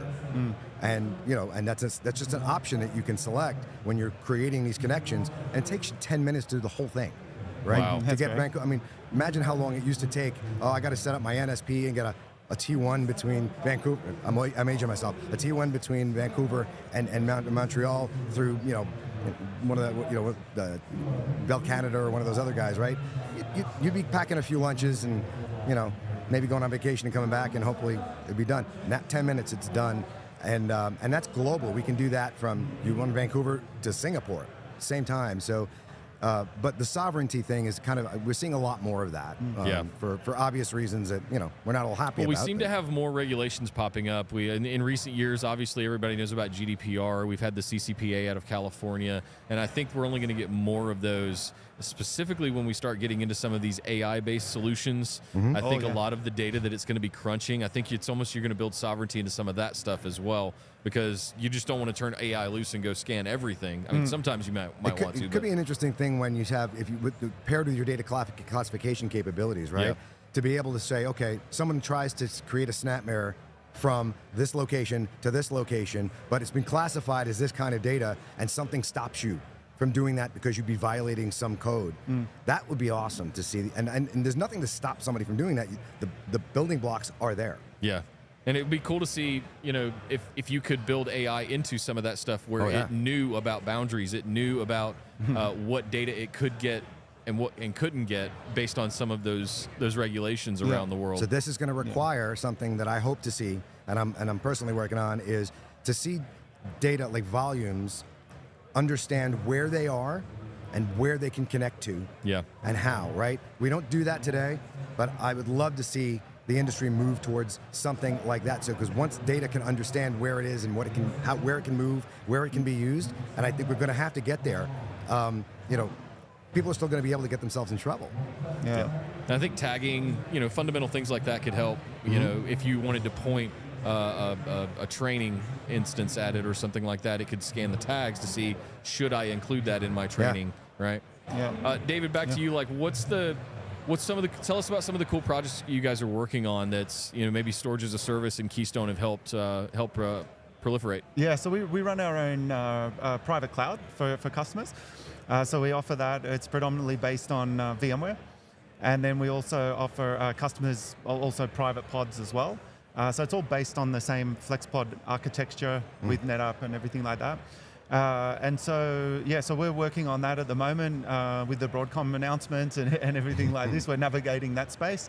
And so that's been quite interesting. Some of it's not as bad as what we thought. And so we're just adjusting to that at the moment. And so I think like a lot of other companies and teams around, they are evaluating other hypervisors as well, just to see. Seems to be a theme of 2024 is that we're seeing evaluation of it. We are Switzerland in that respect. We want to play with everybody, and we're nice with everybody as far as that's concerned. But at the end of the day, I think companies really have to make some tough decisions. We're going to be talking about virtualization in a little bit. Teaser for you guys out there. Nice. Any final thoughts, guys? Like, what should everybody know about Keystone? Like, if you had to give everybody one, if somebody's on the fence, what's the way that you would kind of push them over the edge and tell them to give it a try? It makes the overall NetApp life simpler, and you're focusing on the right things, outcomes, your users, right, your applications, and you're getting out of having to think about the things that management hates, which is having to deal with these refreshes, physically wasting your resources on just things that you're not in that's not your business. Like, if you are an insurance company, you are not a storage company, right? So why focus your efforts on becoming great at that? You've got people that you can rely on, you've got economics you can rely on. It's not cloud, but it gives you all the best things about cloud, but giving you all, of course, the best things about having a physical infrastructure that gives you all the performance and configurability that you need. So a bit of best of the both worlds. Of all worlds. Of all worlds. Wow. Well, because we're a world too. Yeah.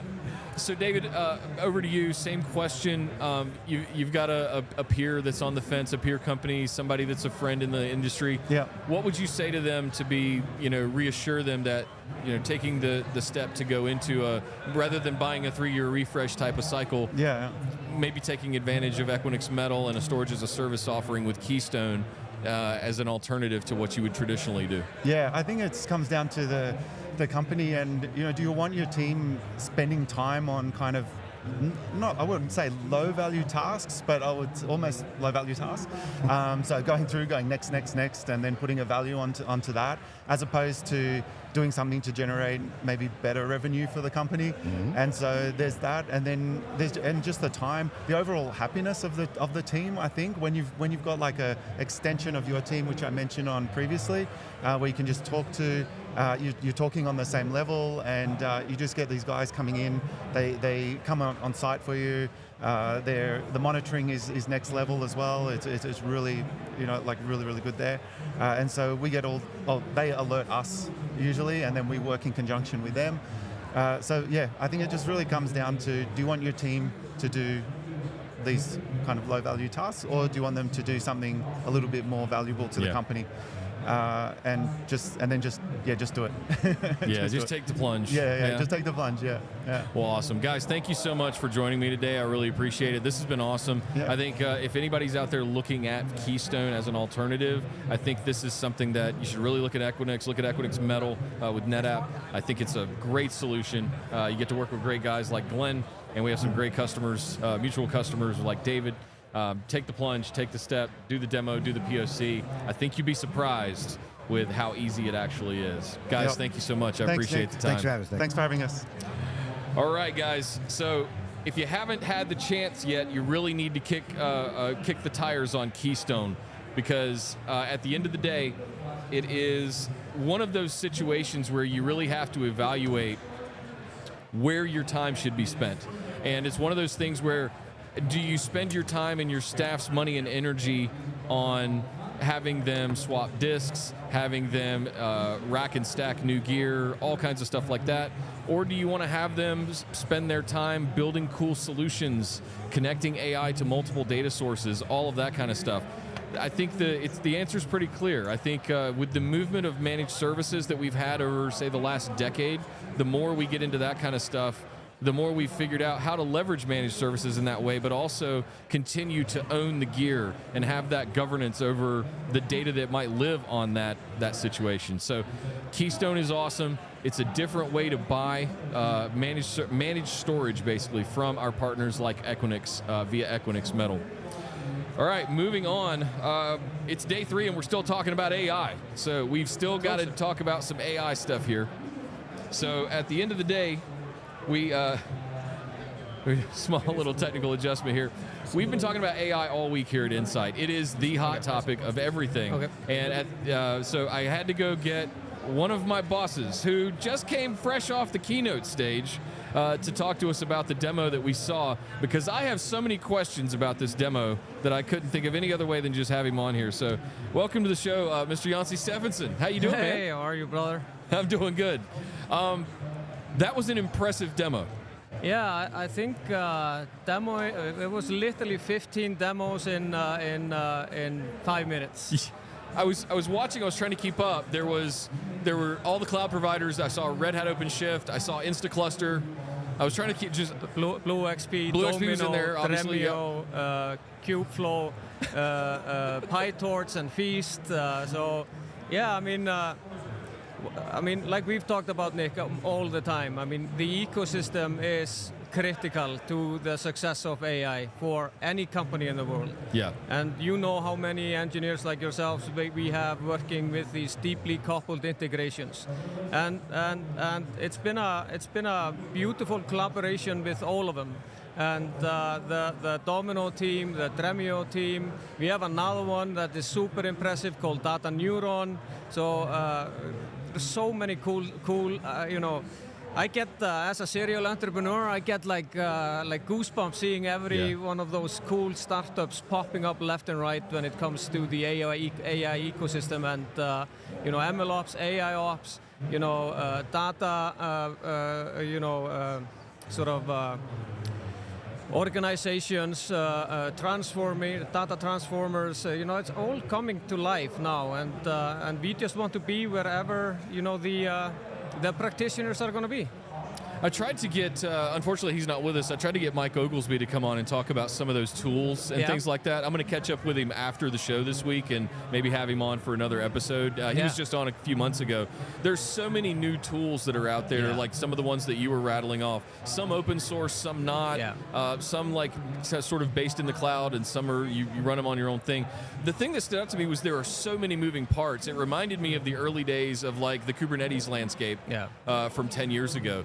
Are we going to be, is it going to be that level of madness all over again with all of the tools sort of going all in different directions? Or do you kind of envision it being more concentrated and consolidated into a few select ones? Honestly, I hope not. Yeah.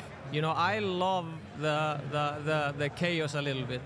Because, I mean, there are tools that fit, you know, specific use cases that the data scientists and the data engineers are looking for.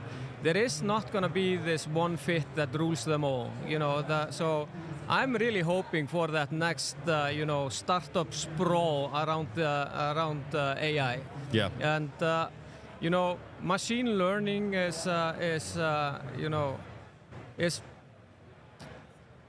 back with a vengeance.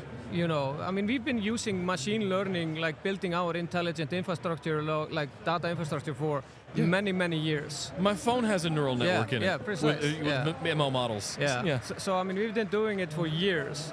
But, you know, it's how the journey of the AI is. You know, whether you're training a model, you're inferencing, you are using RAG, you're fine-tuning, you know. But one thing that I think is crystal clear is that AI is going to be hybrid forever. Yes, I think you're right. I feel like this is going to be a boom. I feel like we're on the cusp of this really being like ChatGPT a couple years ago really kicked it into gear. One of the questions that I asked someone else on Monday after the keynote, Monday evening, was we've seen the consumer side of this really start to influence how it gets brought into the enterprise. And we've seen this with other things before, like bring your own devices and other types of virtual desktops and things like that. How do you feel like that end users that are doing this on their phones or using Copilot in Office 365, for example, how is that going to affect and drive implementation in enterprise applications, in your opinion? Honestly, with you know, natural language models, you know, nerds like you and me, we can basically start talking to our stack. I can literally say, here's the aggregate that I want, here's the performance levels that I need, here's what I go and configure it. And it will literally just go and configure it. So it means, it's kind of like, we might be going out of a job soon because, you know, it's actually all going to be automated. But I mean, this is, you know, the simplicity that this brings to the table, especially when, and like, you've seen like the plethora of web apps that are being developed by speech. Yeah. Like this, just a description of what you want, and it actually builds it for you. Yes, it's simple web apps today, and it's flaky as shit. Sorry. That's YouTube, it's fine. Yeah, okay. But it's really flaky. Yeah. You know, and we know that. So you actually have to go in with your development skills and fine tune it. Yeah. You know, and weed out all the bugs and everything. But you know, with time, this is actually going to take over. And one of the things that I think this is actually going to bring to the in the future is, you know, anybody can have an awesome startup idea, but they maybe struggle with being able to create that prototype. Imagine having like somebody, like any random with no technical background, no development skills, can actually start to describe what he wants to build. And yes, it's going to be flaky and buggy, but he can still prove out his theory with that, you know, natural language, you know, speaking to and speaking code into existence. So I think that's a very exciting future. To your point, I saw a demo the other day of a developer who was trying to prove a point. Yeah. He completely removed his keyboard from his machine and was only using a microphone and was prompting. And he started with a complete blank slate in his IDE, and he said, here's what I want. It wrote it out. He told it to check its work and it went through and it found like 3 bugs and corrected them. And then he told him to document the code. And it spit out, and then he said, launch the prototype, and it pulled up the web app. And in 5 minutes? Granted, it was a very simple web app. Sure. So very, very simple. But to show the art of the possible, right? Precisely. And that really excites me. I mean, even though you still need to have that development background in order to make it, pitch perfect. But the possibilities of anybody can come up with the next great startup without having to have that background, or have to outsource or ask people or give away a portion of their company to a developer that because he didn't have the skill set. It's a threat, to us. But it's a beautiful thing, You don't even need, if you have a phone, you could literally do it today. Very simple. But going forward, you're basically just speaking to your microphone on the phone, and hey ho, let's go. Well, I see. So for people like me specifically, I will openly admit I am not a coder. I do not sit at an idea. I can write enough VB script in PowerShell to be dangerous, but basically that's there to automate the deployment of infrastructure. Precisely. And that was what drove me to learn that kind of stuff. So I understand how to, a sort of an order of operations of how to do something. So if I can tell a GPT model to, via NLP, I know exactly, here are my recs, and here's the order I want you to do them in. And it just pounds them all. Like, it's invaluable for whether it's creating content, checking grammar and spelling, some of the simplest stuff in education. It's going to be monumentally groundbreaking. Okay, I'm going to be a little bit controversial now. Okay. I have kids in school here in the States, and I have kids in school in Iceland, the older ones and stuff. It's making me furious how the education system is refusing to accept this and learn how to live with this. Agreed. Teach our kids, the future and what's coming and how to take advantage of tools like this. Don't kick them out of school for using this. Right. That's just idiotic. And the education system, step up and know that you are going to be forced to reckon with this. Or die. Nobody's going to go to school anymore if you're actually taking away the most powerful educational tool ever existed. It's driving me nuts. I know it's very controversial, but it's not, though, because it's history repeating itself. We went through the exact same thing in the late 90s with the internet, the mid 90s, I would say. Google. I was a freshman in college, dating myself in 1995. There were rules about what you could use the internet for. I remember. So something as trivial as a search engine or an Encyclopedia Britannica online or whatever, Microsoft Encyclopedia. Like, we were prohibited from using that. We had to go to the library and pull our books out. It's the same thing 20 to 30 years later now, where we're seeing, okay, well, not only will it look it up for you, it'll also sort of notate it and write it down for you. That is not preventing a child from learning anything. No. They are just learning a different kind of skill. Absolutely. Right? Just teach critical thinking. Right, instead of bland memorization. Right. Like, I completely agree with you. I love this conversation. Maybe we have to cut this out, or. So I wanted to. One of the reasons I wanted to have you on is because I had seen a teaser of your demo before the keynote today. I think it was last week. You're on our team, so of course you did. The thing I wanted to ask you was, with the number of tools and everything that were in there, do we have the way to sort of streamline a lot of that work? I know we've got BlueXP and InstaCluster, and we have various tools that do that. Most of the others were integration points that we could go out to other providers or solutions. But can we do any work ourselves to streamline that a little bit more and bring it together? I love that question, Nick.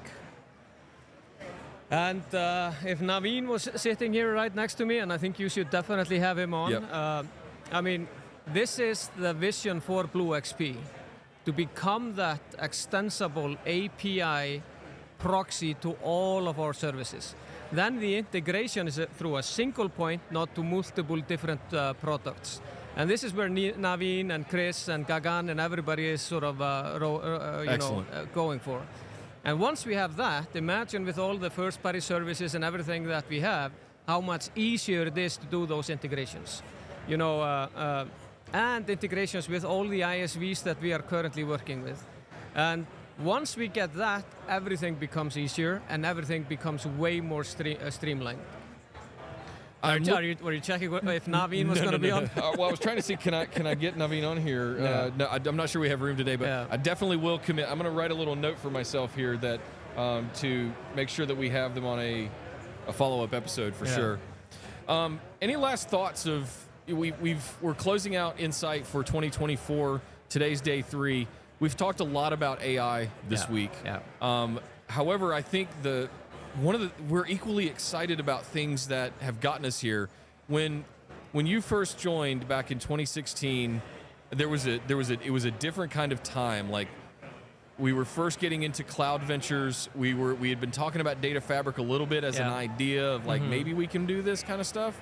And over the last almost 10 years now, we've really just built all of this stuff. And we've put it all into practice. So we've laid the foundation of the house, and now we've got to start putting some doors and windows on that house to allow people to come in and use the stuff in different ways. I see this now as like a bigger vision of that, just as it's evolved. But it's fundamentally kind of the same thing. We just need to make it easier to access and use. Yeah, I mean, conceptually, it is still the data fabric. Yeah. You know, and what the data fabric stood for. The issue, however, even though it's all, I mean, you know, we have always had a different view of what the data fabric is compared to the likes of Gartner or you know, all the analysts. Yeah. So we kind of have to abide by that and more talk about, you know, how that this, in a sense, Nick, the data fabric concept has become the intelligent data infrastructure. Totally. That's literally what's happening. And one thing that I don't think people realize, you know, outside of NetApp, is how the innovation has. Sorry, got him full. Forgot to put on Do Not Disturb. So, like, what people don't realize is the fact that ONTAP, as an operating system, has actually morphed into ONTAP, an extensible platform. Yeah. You can see like the acquisitions that we've made that used to be the DataSense product that we had. Now that's finding its way into the ONTAP platform. You know, becoming a core with you know, governance and compliancy, everything sort of built in. Instead of selling it, it's part of that ONTAP platform. Yeah. You know, the data catalog, the data explorer, the classifications, everything is coming together into that platform. So, like, and like, can I ask you one question? Please. How excited are you about the disaggregated ONTAP? Yancey, there were times, just a quick because little we anecdote. have talked about it in the past that we needed that scale-out capability and being able to scale capacity and performance separately. Sorry. Just to do it separately, and to take it even one step further, I can go back to conversations that I had in like 2011 or 2012, where it was like, wouldn't it be cool if we could run a virtual machine? Wouldn't it be cool if we could run containers? You know, a couple years later when Docker came around, what if we could disaggregate it and use the compute in any ways that we saw fit, and do that in ways that you might want to stack 10 A1Ks for a small level of storage just to really crunch it, or vice versa, have a giant, you know, pool of data that you could just need a couple of controllers for. That has been something that we've been waiting for a long, long time for, and it's kind of the decoupling of the HA pair construct 100%. that is going to be a game changer. And I think this has been a journey that we've been on this whole time, and I think the C-Series stuff last year led to ASA in the summer, and then it led to the new A-Series launches and the A1Ks with the all-new modular architectures and the modern hardware stuff, that components that are inside of it, and it all just sort of starts to come together as this big story. And I think to your point, where we stop talking about infrastructure with data fabric, and we start talking about data management and data utilization with intelligent data infrastructure, is where that's the inflection point for me. I don't know if it actually comes through the on YouTube. but there's this sparkle in Nick's eye when he actually starts talking about it. It's actually hilarious. He's always had it. Yancey, thank you so much for taking the time. I know you're a busy man. You got to go, man. And thank you. I really appreciate all the work you do for us, man. Thank you, brother. I appreciate it. Thank you. All right, guys. Well, that was Yancey Stephenson. That's my boss. We love him. We're moving right along here. The keynote ended a little bit early, so we're shuffling schedules around, so bear with us as we get through this. I hope you guys are enjoying the show. In case you're watching this later, I'm sure you're going to get to see all of this stuff too on demand on YouTube. So Yancey laid out a lot of stuff about, and we were just talking about how we've kind of gone from infrastructure management, keep hitting these microphones, gone from infrastructure management to data management. Well, one of the most important things that has also evolved underneath the covers of that is the ability to monitor, keep track of, alert on, all of these things, everything to do with your infrastructure and everything to do with your data. And we've had this gentleman, our next guest, on before, here on NetApp On Air. You can find his previous episode right here on the YouTube channel. His name's Brett Albertson, and joining us on the show. Thank you so much, Brett. Thank you for having me, Nick. I really appreciate it. So, recap for us, what is it you would say you do here? Well, they tell me I'm a technical marketing engineer for ActiveIQ, BlueXP. I also represent Fusion, our sizing tool, but that's not available to customers, and some other tools like Hardware Universe and IMT.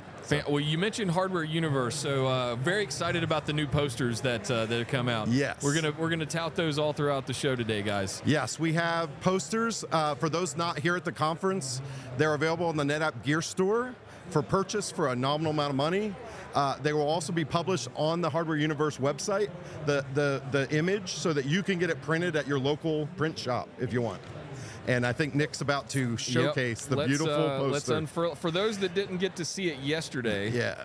This is the first time we've made one in 5 years. I know. Back from the dead, the Hardware Universe We really poster. tried to bring it back. For those at home that may not know, we really tried to bring it back in 2020. And I spent some time with Wayne. Yep. We were going to do some fun stuff like a DatacenterDude edition. Yep. We were going to do give it and sell it for charity and stuff like that. We were going to do all. For some reason, it just never could. We never could get it over the hump. And a big shout out to Wayne Mueller for helping design it, and George Pamboros for helping to fund it. Yes. Yes. Thank you for money, George. And thank you, Wayne, for always pushing it and seeing it through. Yep. Really good heated debates we had over the summer about what should and shouldn't go on the poster. And we kept that true to the hardware geeks out there. So you guys are going to love the new poster. I can remember having one hanging in my cubicle in 2007 as a customer. Yeah. So let's talk. So coming off the conversation with Yancey, I really want to go back to give people a rundown in case they're familiar real quick. Like, what does ActiveIQ do for them, and what does it do for us as well? So ActiveIQ is based on customers' telemetry data, and what it really does is allow you to manage and monitor and report on and even support your infrastructure, and it works across your entire fleet. So one of the big advantages of ActiveIQ, it's not tied to a certain platform, so it can run, and it's automatically on. When you install your system, whether you're installing an E-Series, a storage grid, or an ONTAP, on-prem or CVO, it's auto on. So as long as you allow the network to allow the traffic to get to NetApp, ActiveIQ is there for you. The other thing that's great is that we have the business knowledge of what systems belong to who. So when you log into our portal, you automatically get to see your inventory. You know, a lot of tools, you have to install something to either collect data, and a lot of tools, you basically start with a blank canvas and you have to add your inventory and discover it. You don't have to do that with ActiveIQ. The day you buy something from NetApp, it'll appear in your inventory and be there for you automatically. I think that's fantastic. I love having the access to the inventory, my serial numbers, my licenses, any auto support logs, the history that I want to look through. Like, all of that stuff is valuable as an end user. Switch gears for me. Yep. How do we use this data?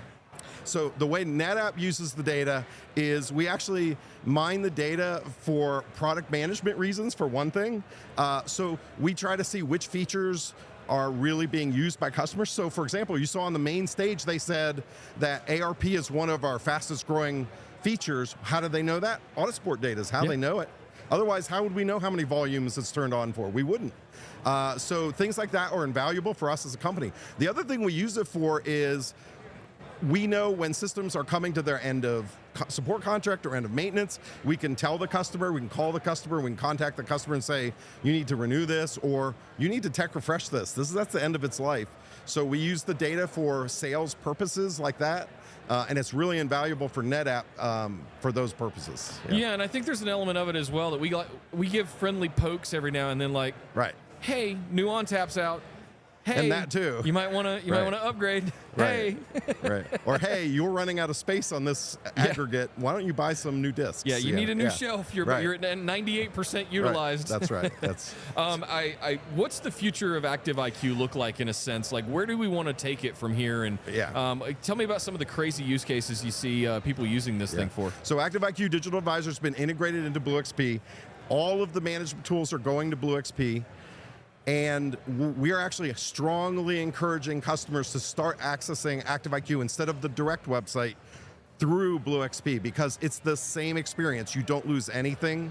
The functionality is literally identical. And in BlueXP, you can, for a long time, Active IQ was read-only because we work on telemetry data. But now that we're in BlueXP, the big thing that we've done the last year is we all of a sudden have these read-write use cases. So, for example, there's a widget that says, oh, your firmwares are out of date. You can click a button to update them. There's a new, the thing I'm most excited about is that we just released a software updates workflow in BlueXP, which is combining the power of the upgraded advice of Active IQ, so it still has that same great advice about which version of ONTAP you should upgrade to and what the risks are there any blockers and warnings. But before, you would just download a plan and that was the end. You got this great plan, but that was it. But now that we're in BlueXP, you literally, if you're on ONTAP 9, 10 or higher, it goes right into System Manager and bam, you can literally click a button to start the install. And you don't even need to download the ONTAP image or anything, just all of that, since you already had planned the upgrade, we know exactly what version you're trying to get. So it happens, and when we do real customer test cases, if you look at the time spent by customers, they were telling us they were saving about 90% of the time that used to take to do upgrades. A lot of that is the old downloading the image, putting it somewhere locally, etc. So I'm really proud about that. I think our group did a great job. We worked with the System Manager team and the BlueXP team to get that done. And you'll see more cases like that. I brought up 1 or 2. There's actually 4 of those read-write use cases from Active IQ in BlueXP today, and there's more on the way. That's fantastic. It's one of the things that, even with my home lab at home, I've been wanting to set it up, and we even created like a dummy customer account, DCD Labs or something like that, to be able to put it in. I haven't gotten to the point of putting it into BlueXP yet. And as soon as I was waiting to get past Insight, I knew there were some updates and things coming. So be on the lookout, guys. I'm going to be making some videos, and we'll have some more episodes here of On Air going over some of these things with Active IQ. I guess the last question I want to ask you is, beyond BlueXP, can you talk anything about where we're going with Is that your area? Is that thing still hanging around? It's not my area. So is going to be around a long time because the one thing it does really, really well that's irreplaceable is dark site and air-gapped use cases. And so a lot of the functionality of is actually now integrated in BlueXP, but again, that's really only useful for people who are not in dark sites. Correct. So the version of will continue to be updated and and in fact, I just was talking to the main product manager, and they were saying there's a couple new features coming in the next release. Fantastic. So it's not dead. But there is a unified alerting functionality coming in October in BlueXP, which is going to get alerts from all the major integrated tools, including Unified Manager. So the alerting function for Unified Manager, System Manager, and Active IQ is going to be unified for the first time ever in BlueXP. Wow. So I'm not saying you shouldn't use Unified Manager, but if you are not air-gapped or dark site or whatever, you probably should be going to BlueXP. Yeah, because you're going to get the constant updates. You're going to get the constant refreshes of the latest iterations of Active IQ when it's built into BlueXP like that. Right. Instead of having to deal with an installable, basically. That's exactly right. And It's the beauty of a SaaS product. Brett, always a pleasure talking with you, man. Thank I really appreciate it. Thank you. Have a great rest of the show. Thank you. I will. Bye. All right. Take care.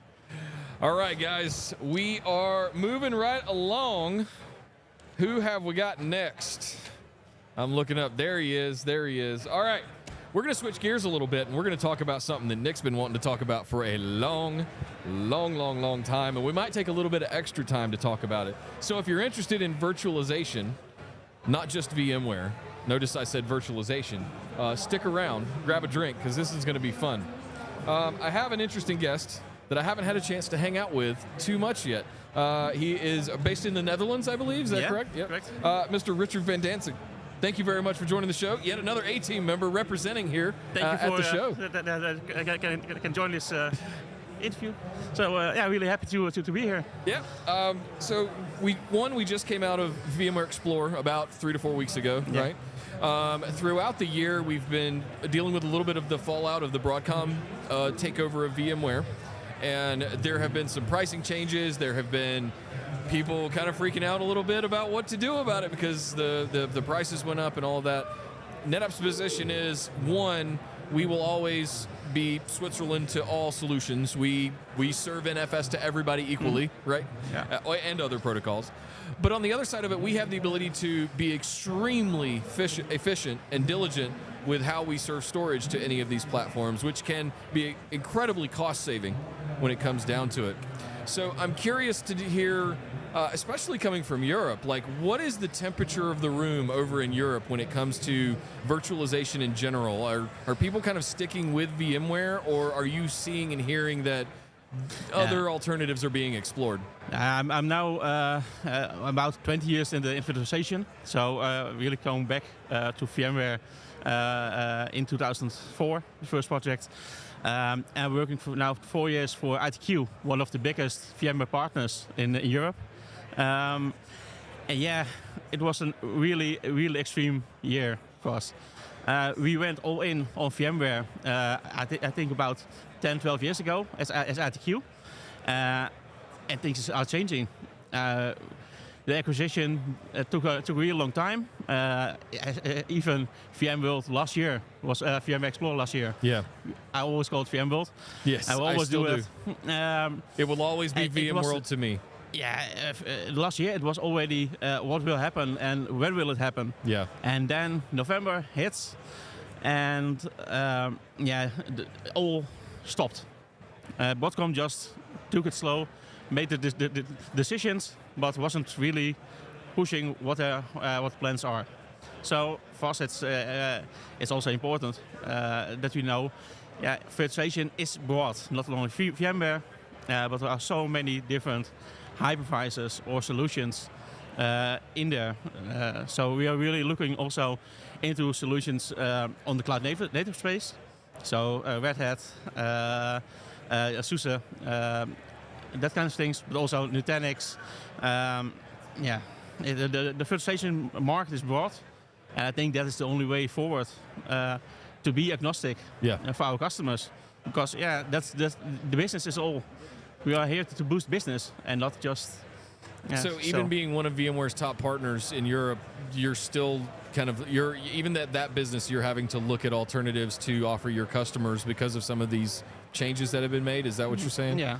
Yeah. Yeah. So we went, of course, all in on VCF in the last years. So we have a really good point now where we can use the acceleration of Broadcom on VCF, but there's more.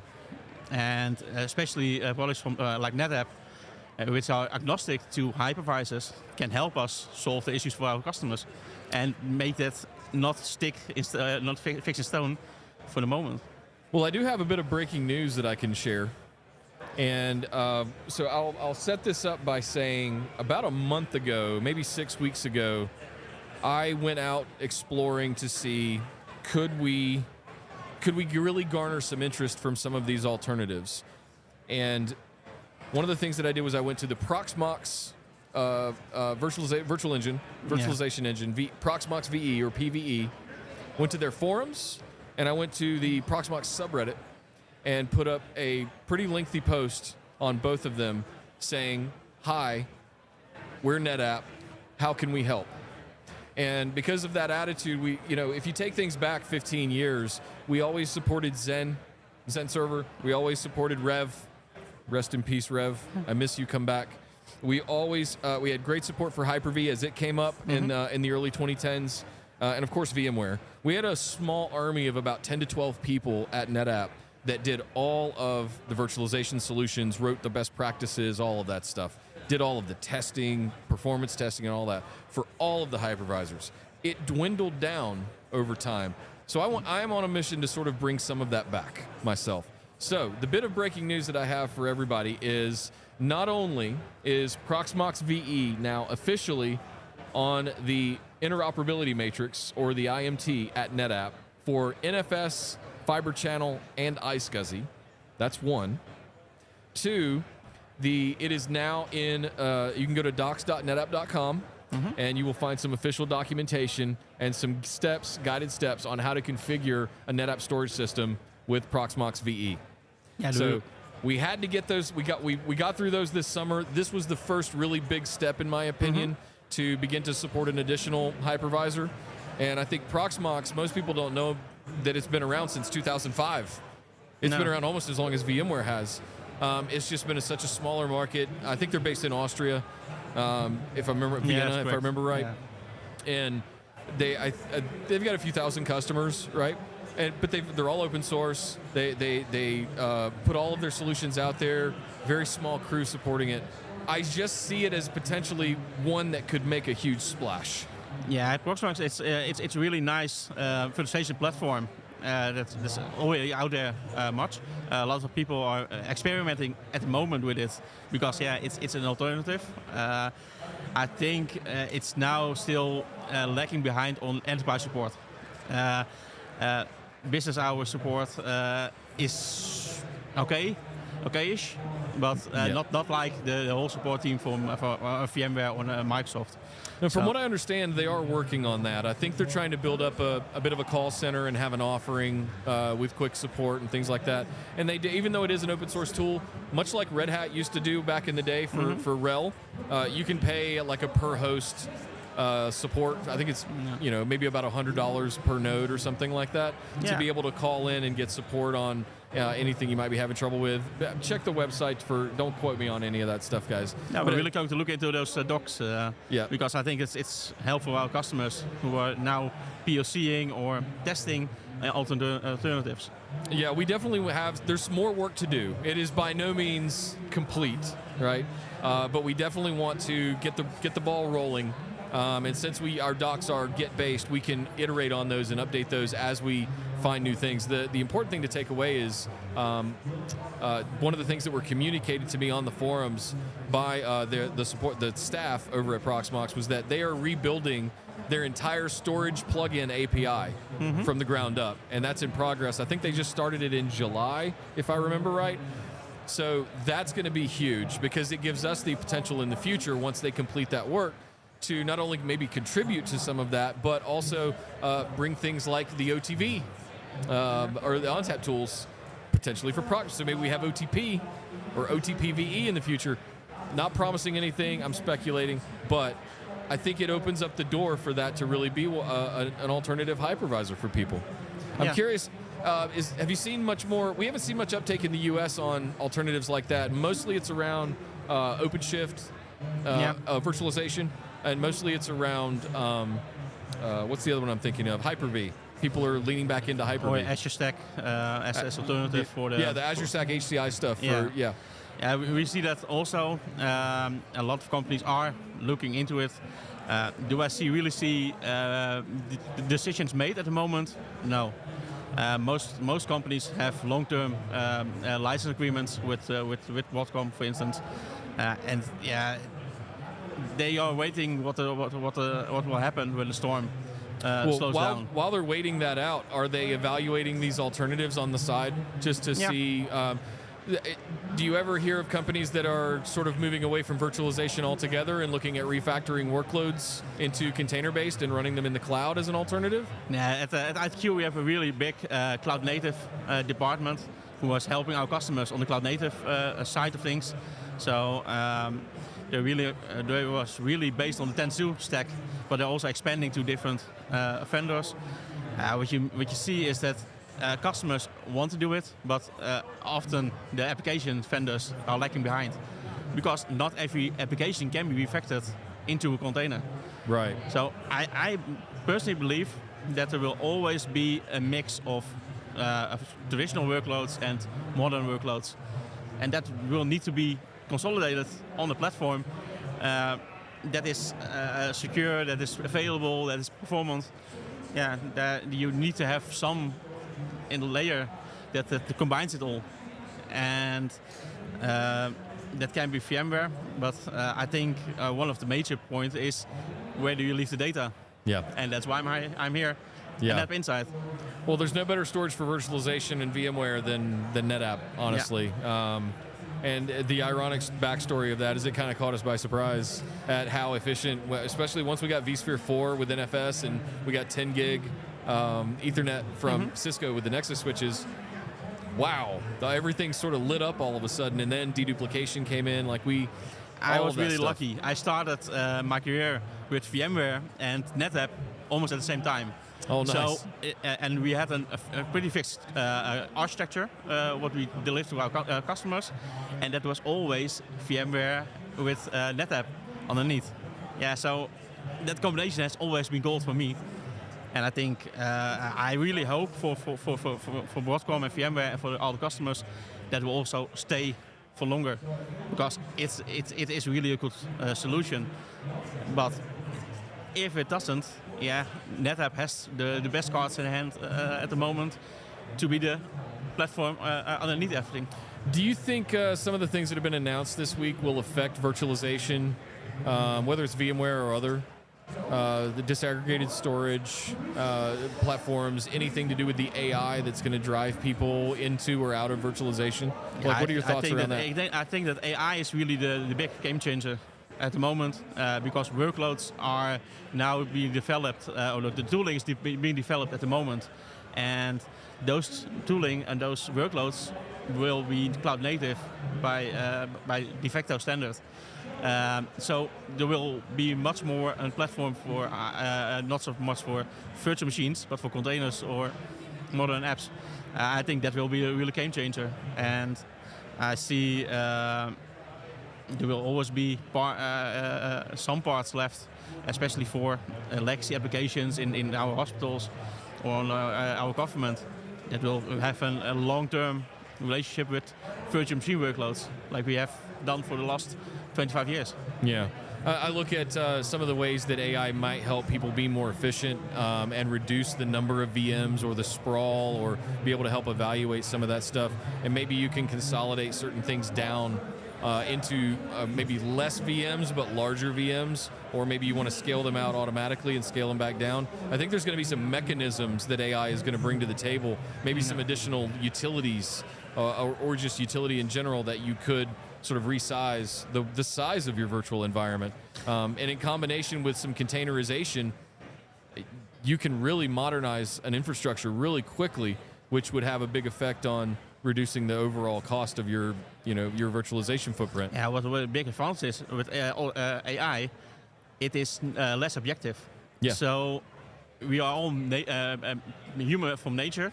We have our own thoughts, history with products and platforms that will always stay in. So maybe it's good if an AI just gets objective into the situation and says, yeah, I know it's really nice to have all those different platforms, but hey, let's consolidate to this.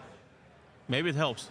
It'd be interesting to see if VMware implemented a sort of Copilot-like AI inside of vCenter, for example, that maybe would give you suggestions, almost like Clippy in Microsoft Office, right? It would give you suggestions about how to resize your infrastructure, right? Yeah, at ITQ we have our own Einstein. Nice. It's our own work with all information gathered for all the consultants at ITQ, because that's where the knowledge is. Yeah. And we are really getting used to using it just to have some simple questions or have customers ask questions. They are now requesting consultants. There you go. So it's really cool. Yeah. Yeah, so a side project from Johan Vlaamspoort at ITQ. Yeah, it's really good. It's cool to be in this time of IT. Well, Richard, thank you so much for being here with me today. I really appreciate the conversation. I feel like I could talk about this for another hour with you, but we got to get going. We got to get moving. Thank you so much for the time. I really Thanks appreciate for having it. me, yeah. All right. See ya. Guys, we're moving right along to our next guest. There is so much more to talk about when it comes to virtualization. I feel like I could just run my mouth about it endlessly. Just to recap really quick, yes, Proxmox, as of this past week, is now officially supported across NFS, iSCSI, and Fiber Channel. And it is on the IMT for support, so you can get support if you're hooking it up to your NetApp systems. You can also look up the documentation on docs.netapp.com for Proxmox VE. Just search for that. If you can go to the Proxmox subreddit and leave your feedback, or leave it right directly on docs.netapp.com, or come find me on Discord and leave your feedback for me there. Anything we can do, trust me, we are working on more. We needed to get those first steps out even before that. All righty. Moving right along, we have another guest who's another A-Team member. You know my who I name? wanted to highlight. His name is Judson. I'm going to take a shot. Weinsheimer. So technically the H is silent for some reason. So Weinsheimer. Weinsheimer. Look, I don't know. I didn't make it up. I'm just living with it. So Judson, you're from E+? Is that accurate? Yes, E+ Technologies.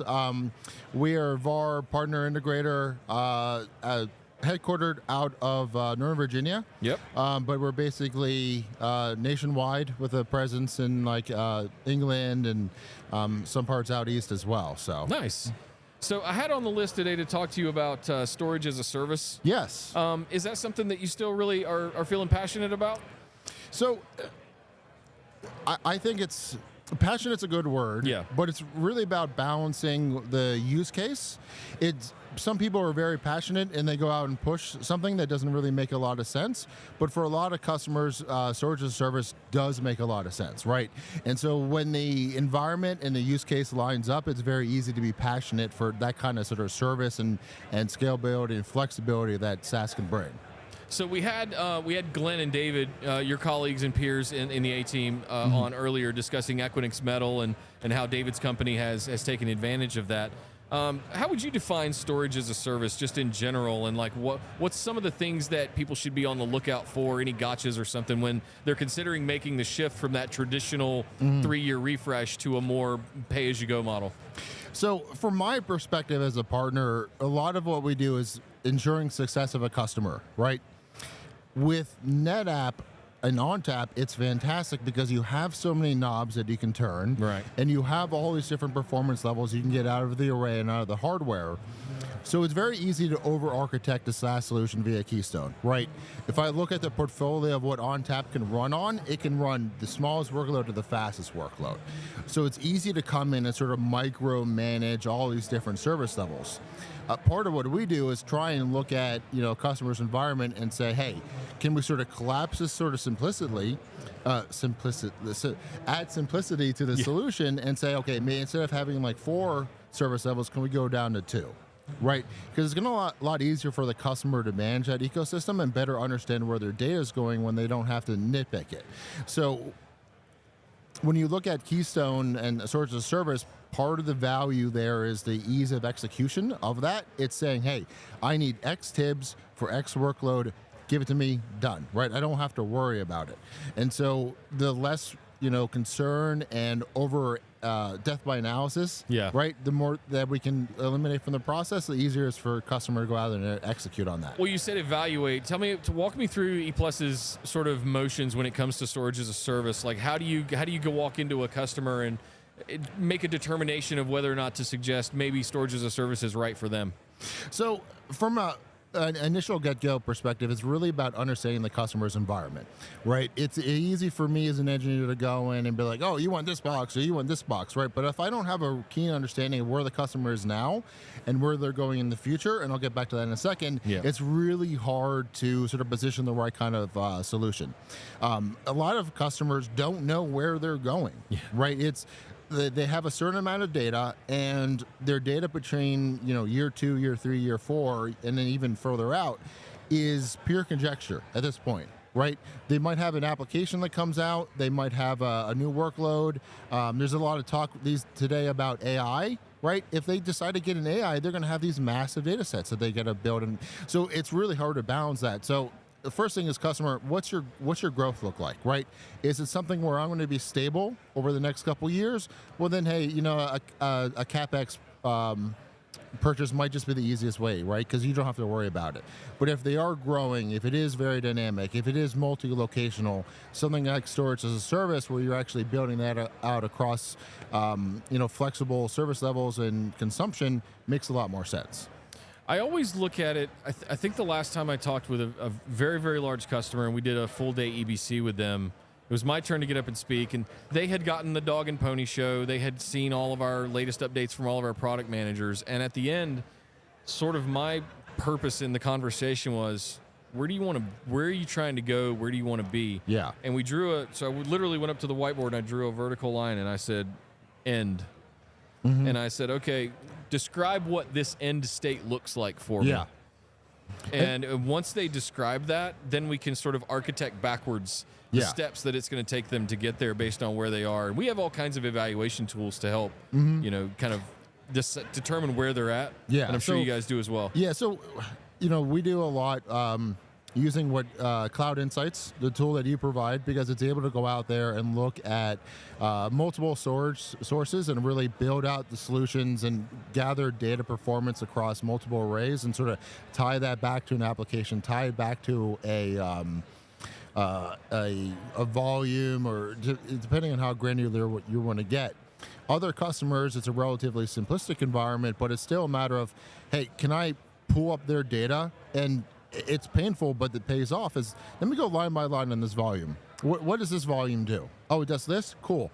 This would be a perfect fit for this. And then this one over there. So honestly, it varies depending on the complexity of the customer's environment. But we can, whether it's small or large, we're able to sort of tackle that.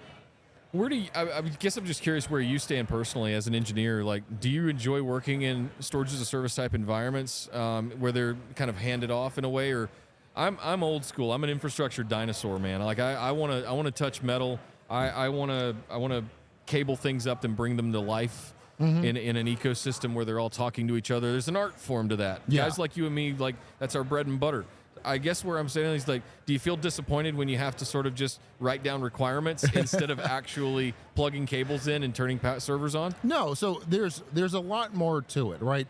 If I'm having a C-level discussion, it is very turnkey. But when you're working with the engineers, there's a lot more to storage as a service, right? Yeah. So as part of Keystone, NetApp comes in and does the initial install. After that, right, whether it's setting up advanced security, replicating workloads into the environment, integrating them into the cloud solutions, all that comes back to us as the partner. So there is still a lot that we do where it is, okay, you did the heavy lifting, you saved my back, I don't have to throw anything on the shelf. Right. But now I get all to do cool stuff where I integrate that solution into the customer's environment. We also do first call support for NetApp arrays, as well as full managed services. And managed services is an option. Right, I have some customers where it's like, look, I only have 2 or 3 guys. They're getting pulled 6 ways to Sunday. They don't have the time to go out there and be like, hey, I got to manage this array. Yeah. But I have other customers who are like, dude, I want to be in the system every day. I am happy with that. So there's a fit for every customer depending on where they are from a resource and scale perspective. Yeah, is this something as simple as like remote hands, or is this more of like hands-on configuring the system? And whatever you need, right? That's okay. I think that's so I'm ex-NetApp, right? Now I am at E+, and I think being on the partner side allows me to really meet some of those customer challenges across the board, right? Yeah. I see small customers, big customers, customers who are like fantastic experts, and I see customers who are just scratching their head, right? And I'm able to come in and really build a solution no matter where they are in their journey. Right. Well, Judson, thank you so much for the time, man. I really appreciate you hanging out with me for a few minutes, geeking out about some storage as a service. And excited about any of the new Keystone announcements that are out there? So Cloud Insights being integrated as part of that is going to be good. Sorry, it's Digital Infrastructure Insights. Digital Infrastructure Insights now. Okay, yeah. Right. It is. Yeah, it is a fantastic tool. I've been a big fan since I first heard about it, Insight, maybe 5 years ago. There's a lot of power to that solution, and being able to bring that to the customer as part of a SaaS contract and environment is going to be a great uplift to that product and service. So fantastic. Cool. Justin, thank you so much, man. Appreciate it. Thanks all. Have a good day. All right. All right, guys, moving on. Oh, this guy. This guy. How's this it going, guy. man? All right, I have no idea what we're going to talk about with this guy yet, but we're going to talk about some fun stuff. Backup. You know what that is? The backup ninja. Oh, the backup ninja. As he is affectionately known, that is true. Kevin, how you doing, sir? I'm doing fantastic. Nick, how about you? I'm good. I was actually about to text super producer Drew over there to go find me an Adam Berg or somebody that does backups, and you just manifest out of thin air. You know, it's what happens. You know, it's almost like Beetlejuice. Right? Say it too many times and we're just going to show up. Well, it's ironic that you say it that way because one thing we have not said this entire week on this show is backups. And I feel something manifested just now where you just came out of nowhere and it made me think about backups. So let's talk about backups. I'd love to. You know, it touches every aspect of the business. It is so foundational to everything, yet so important to everything, from being able to recover a user file to completely recover an entire site from a ransomware attack. It literally touches everything, as you said. Give me your state of the union of where things are at right now, if you don't mind. My gosh. Like, just big pictures. Doesn't have to be any crazy. Oh no, it's sort of thing. exciting. Yeah, Oh my yeah. gosh, is because there's so much. Yeah. I mean, when you start talking about all of these features, functionalities being built into an operating system, as opposed to, yes, you can bolt on, but there's challenges, there's difficulties that come with that. So when you start looking at being able to back up, or, you know, for starters, just take copies of data, replicate them, perform failover back and forth, set up archives off of that, running that to a secure cyber vault. I mean, all of this built in, point, click, done. So I'm glad you said Cyber Vault. We talked about that a lot with Matt Trudwin previously. Absolutely. Back in May when we launched the new systems and everything. And then I think we talked about it more on further episodes, but like, where does Cyber Vault differentiate itself from our traditional just flex and snap words of the ways that we would take care of some of those things? Oh, well, one of the first things is, let's think about this from, well, threat landscape. Ransomware, bad actors, people get ticked off because something didn't go right for them. What do? They go to delete the copies. They want to go get rid of backups. They want to get rid of snapshots. Whatever they can do to get rid of the extra data or ways you recover your data, that is what gets removed first. This is just, I mean, it's built into ransomware as a service even. It's crazy. So if you can lock away a gold copy of your data for when that time hits, for when you're infiltrated, somebody gets ticked off, you've got to be able to ensure you've got a gold copy of the data. Now, ironically, we're talking about Cyber Vault here like it's something new. Funny thing is, we've been doing this I mean, we're talking decades.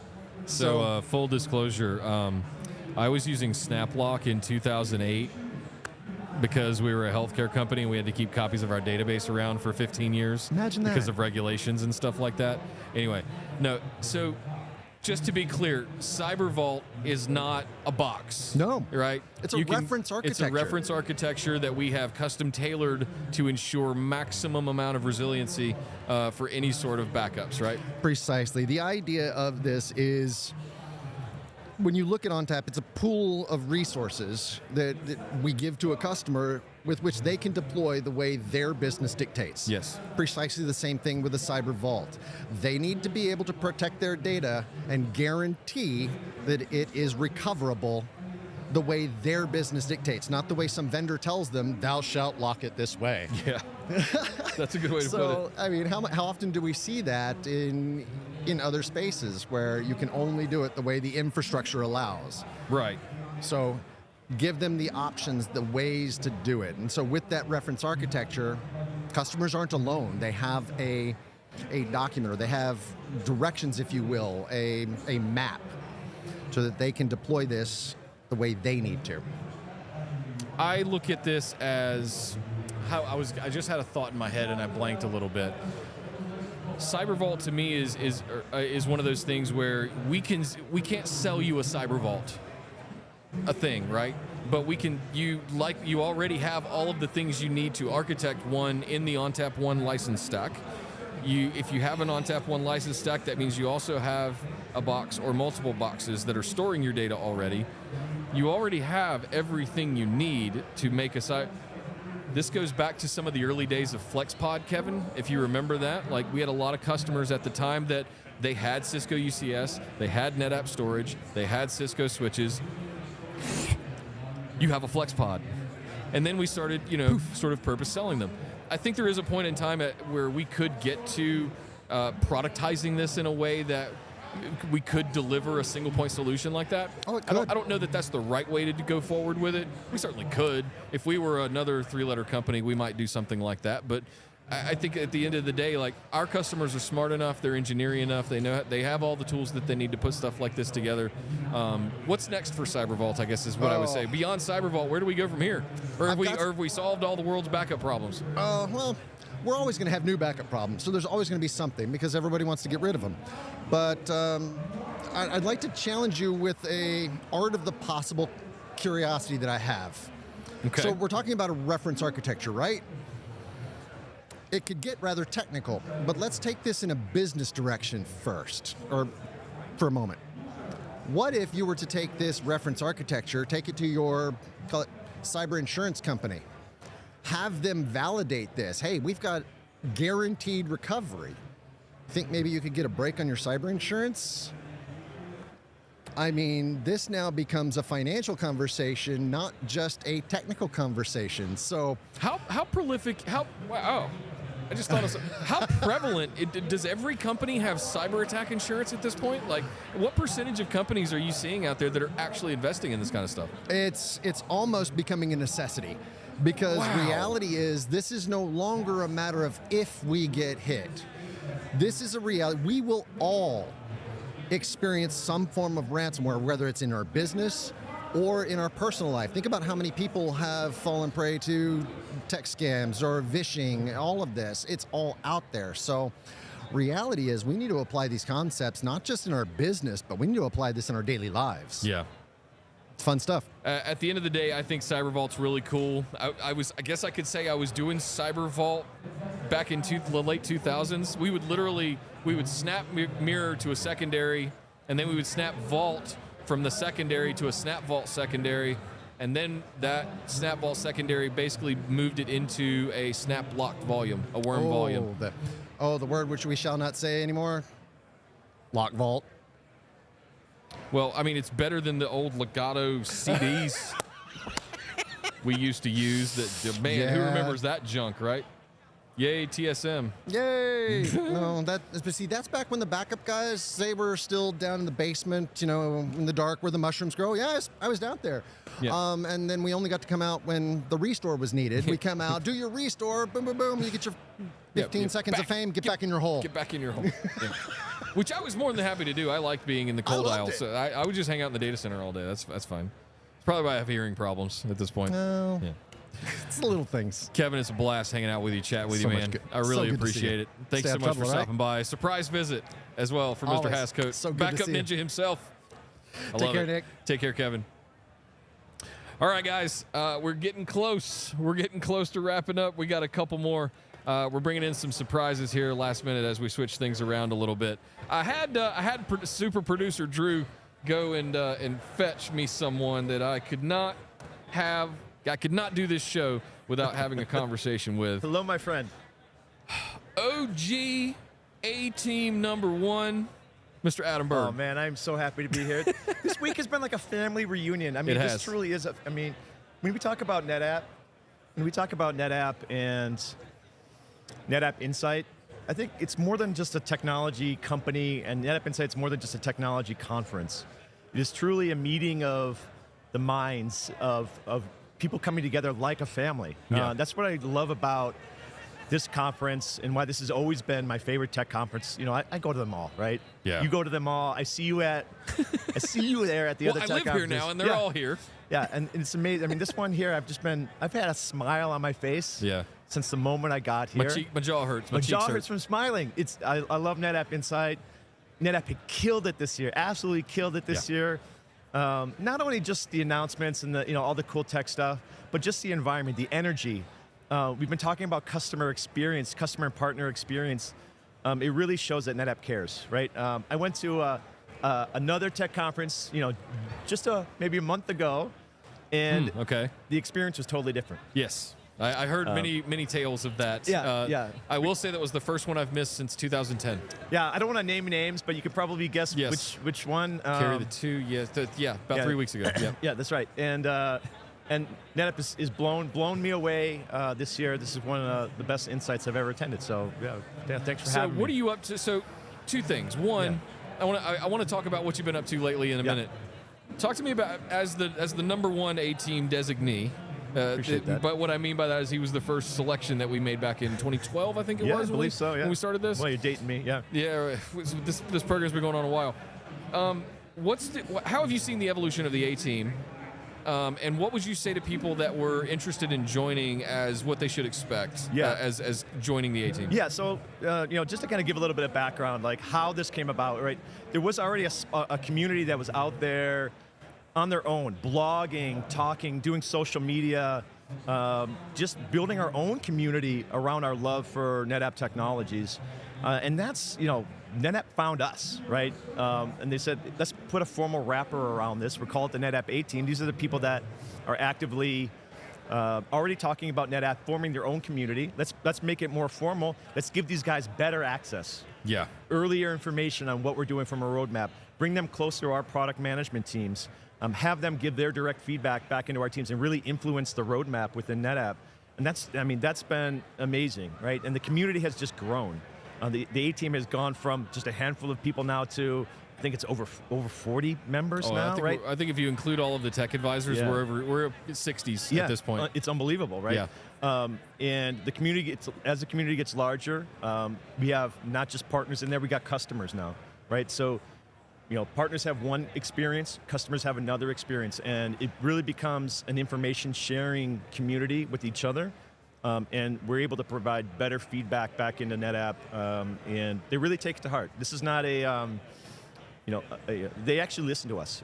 We've seen the things that we've suggested back in NetApp actually influence the roadmap, and you see it even today, with all the technology announcements. It's like some of the things we were talking about, with NetApp years ago are finally here, and we know that we've helped nudge NetApp in the right direction with some of those I heard Mackie say it before the show, disaggregated storage. Disaggregated storage. Yes, it's finally here. Yeah, we've been talking about that for a while, right? More than a decade we've been talking about that. Yeah, we were just mentioning. We had that whole cluster mode thing we had to get past first, right? Exactly. Now we can do it. That was a fun conversation. When was the first time we started talking to NetApp about this? It's fun to see it on main stage this year. As reality. So for the people out there that are familiar with the NetApp A-team, if you think you might be, a right kind of person for the NetApp A-team, you gotta be out there talking about NetApp. You gotta show your love. Show your love, and we'll find you, right? It's simple advocacy at the end of the day, right? It is, right? But we do it out of a true passion for technology, best of breed technologies, right? NetApp brings it. They really bring it, and that shows with the community that's here at NetApp Insight. These are passionate people. They're not here, out of obligation. They're here because they want to be here. Yeah. And they're passionate about what we do as infrastructure people, as data people, as data scientists, as the next generation of AI people come into the fold. The conversations change.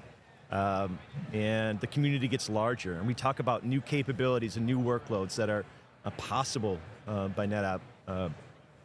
One of the most amazing conversations that we're having this year is bringing AI, onto the data, or running, connecting, getting the AI really close to the data as it resides on ONTAP, right? Where you maintain the governance and the security around that data.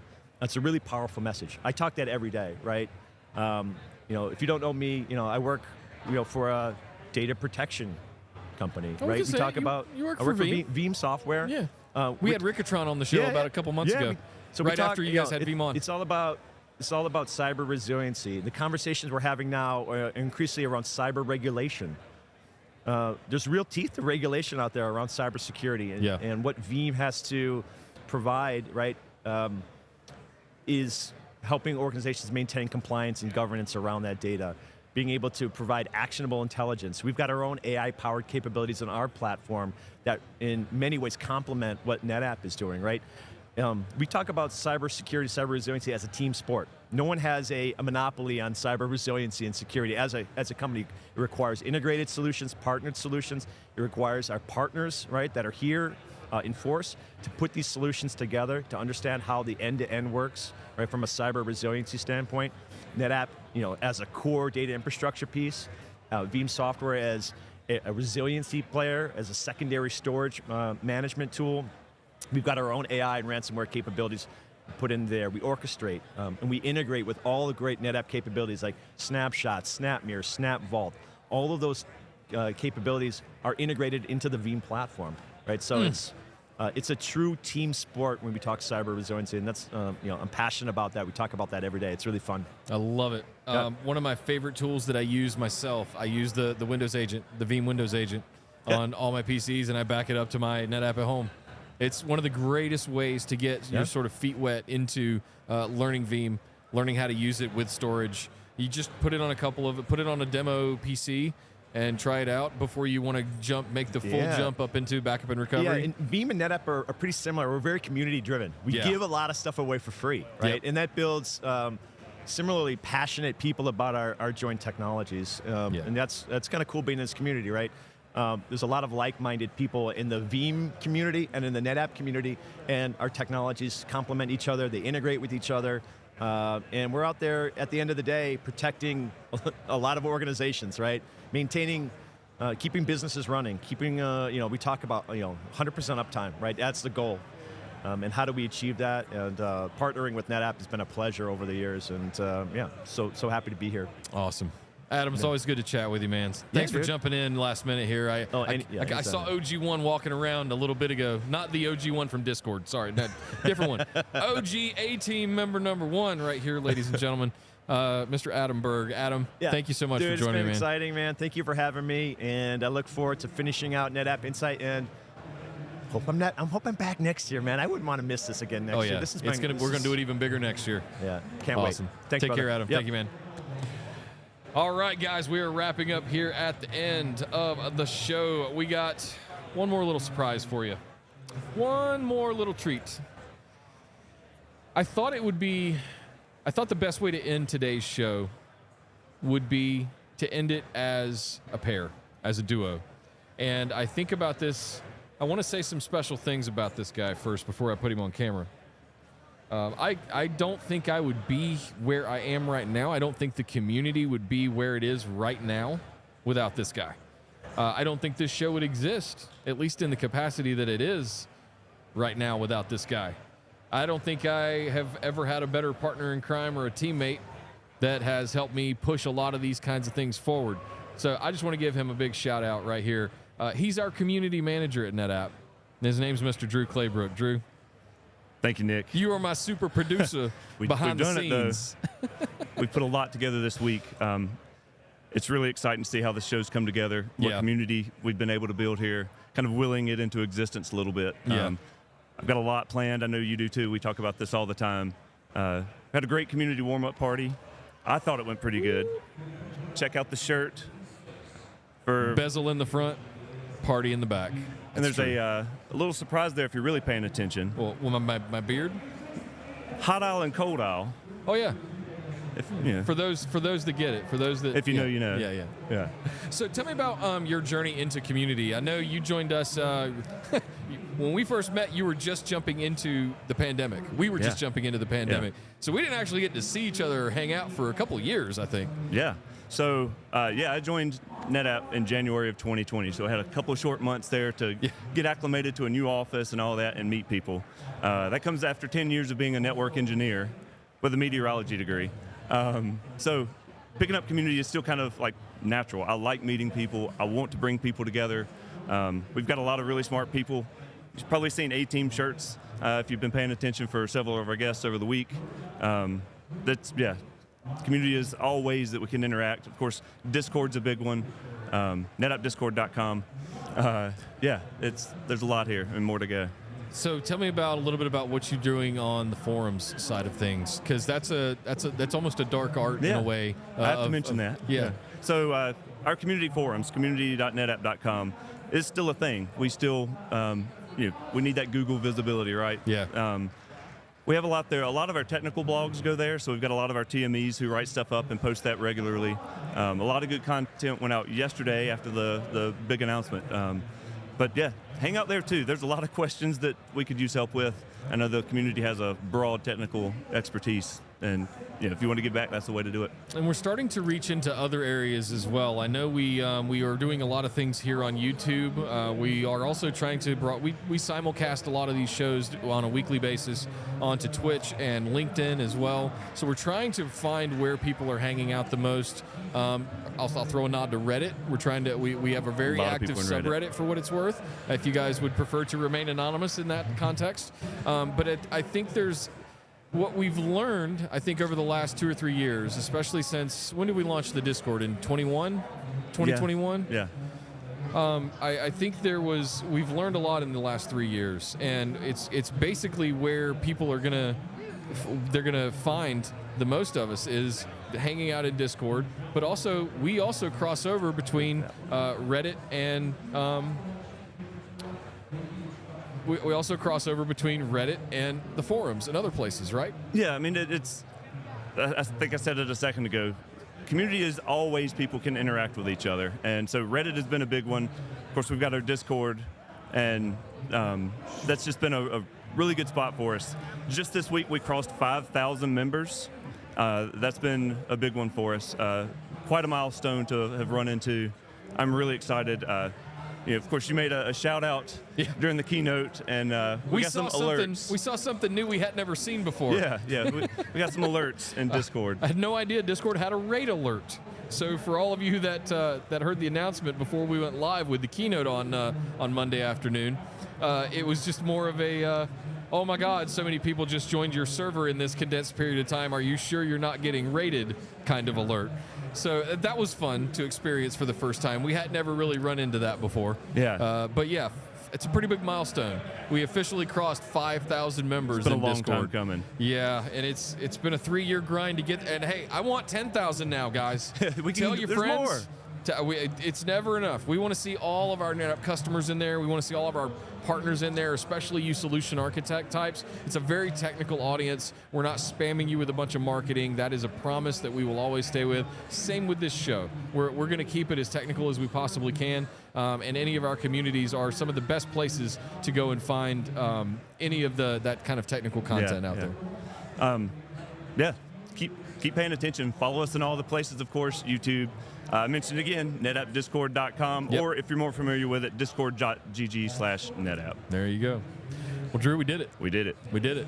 I think we're at the end here. I think we've come to a close. I'm happy to have you up on here on stage with me saying our final goodbyes. I'll show you guys well, I don't need to open it all up again. Hardware Universe posters are back. Yes, they are back. You can get them, if you're here at the show, you can get them in the expo. If you're not, you can go to NetApp Gear Store online. I think it's netappgearstore.com, I think is the site. Don't quote me on that. And it's like $6, I think, to get a poster shipped to you. Get a t-shirt with it. Yeah, you get a t-shirt with it. There you go. They got nice hats. My new hat's sitting over there. All kinds of good stuff over on the NetApp Gear Store. Should we close it out, Drew? Let's do it. Thank you guys so much for watching today, for watching the last few days, and for watching every Wednesday NetApp ONAIR regular episodes. This has been Snapshot, the debut of Snapshot, where we cover the event live from the show floor. And we've done it first here with our own show at NetApp Insight 2024. We're hoping that we can do it more at other events and beyond in the future. My name is Nick Howell. I'm our Global Field CTO here at NetApp, and I'm the host and producer of this show. Thank you guys so much. Make sure you subscribe to YouTube. Make sure you follow us on all the social medias. Shout out to Sophia and the rest of the social team. Love you, ladies. Take care, and we'll see you guys next time. Bye for now.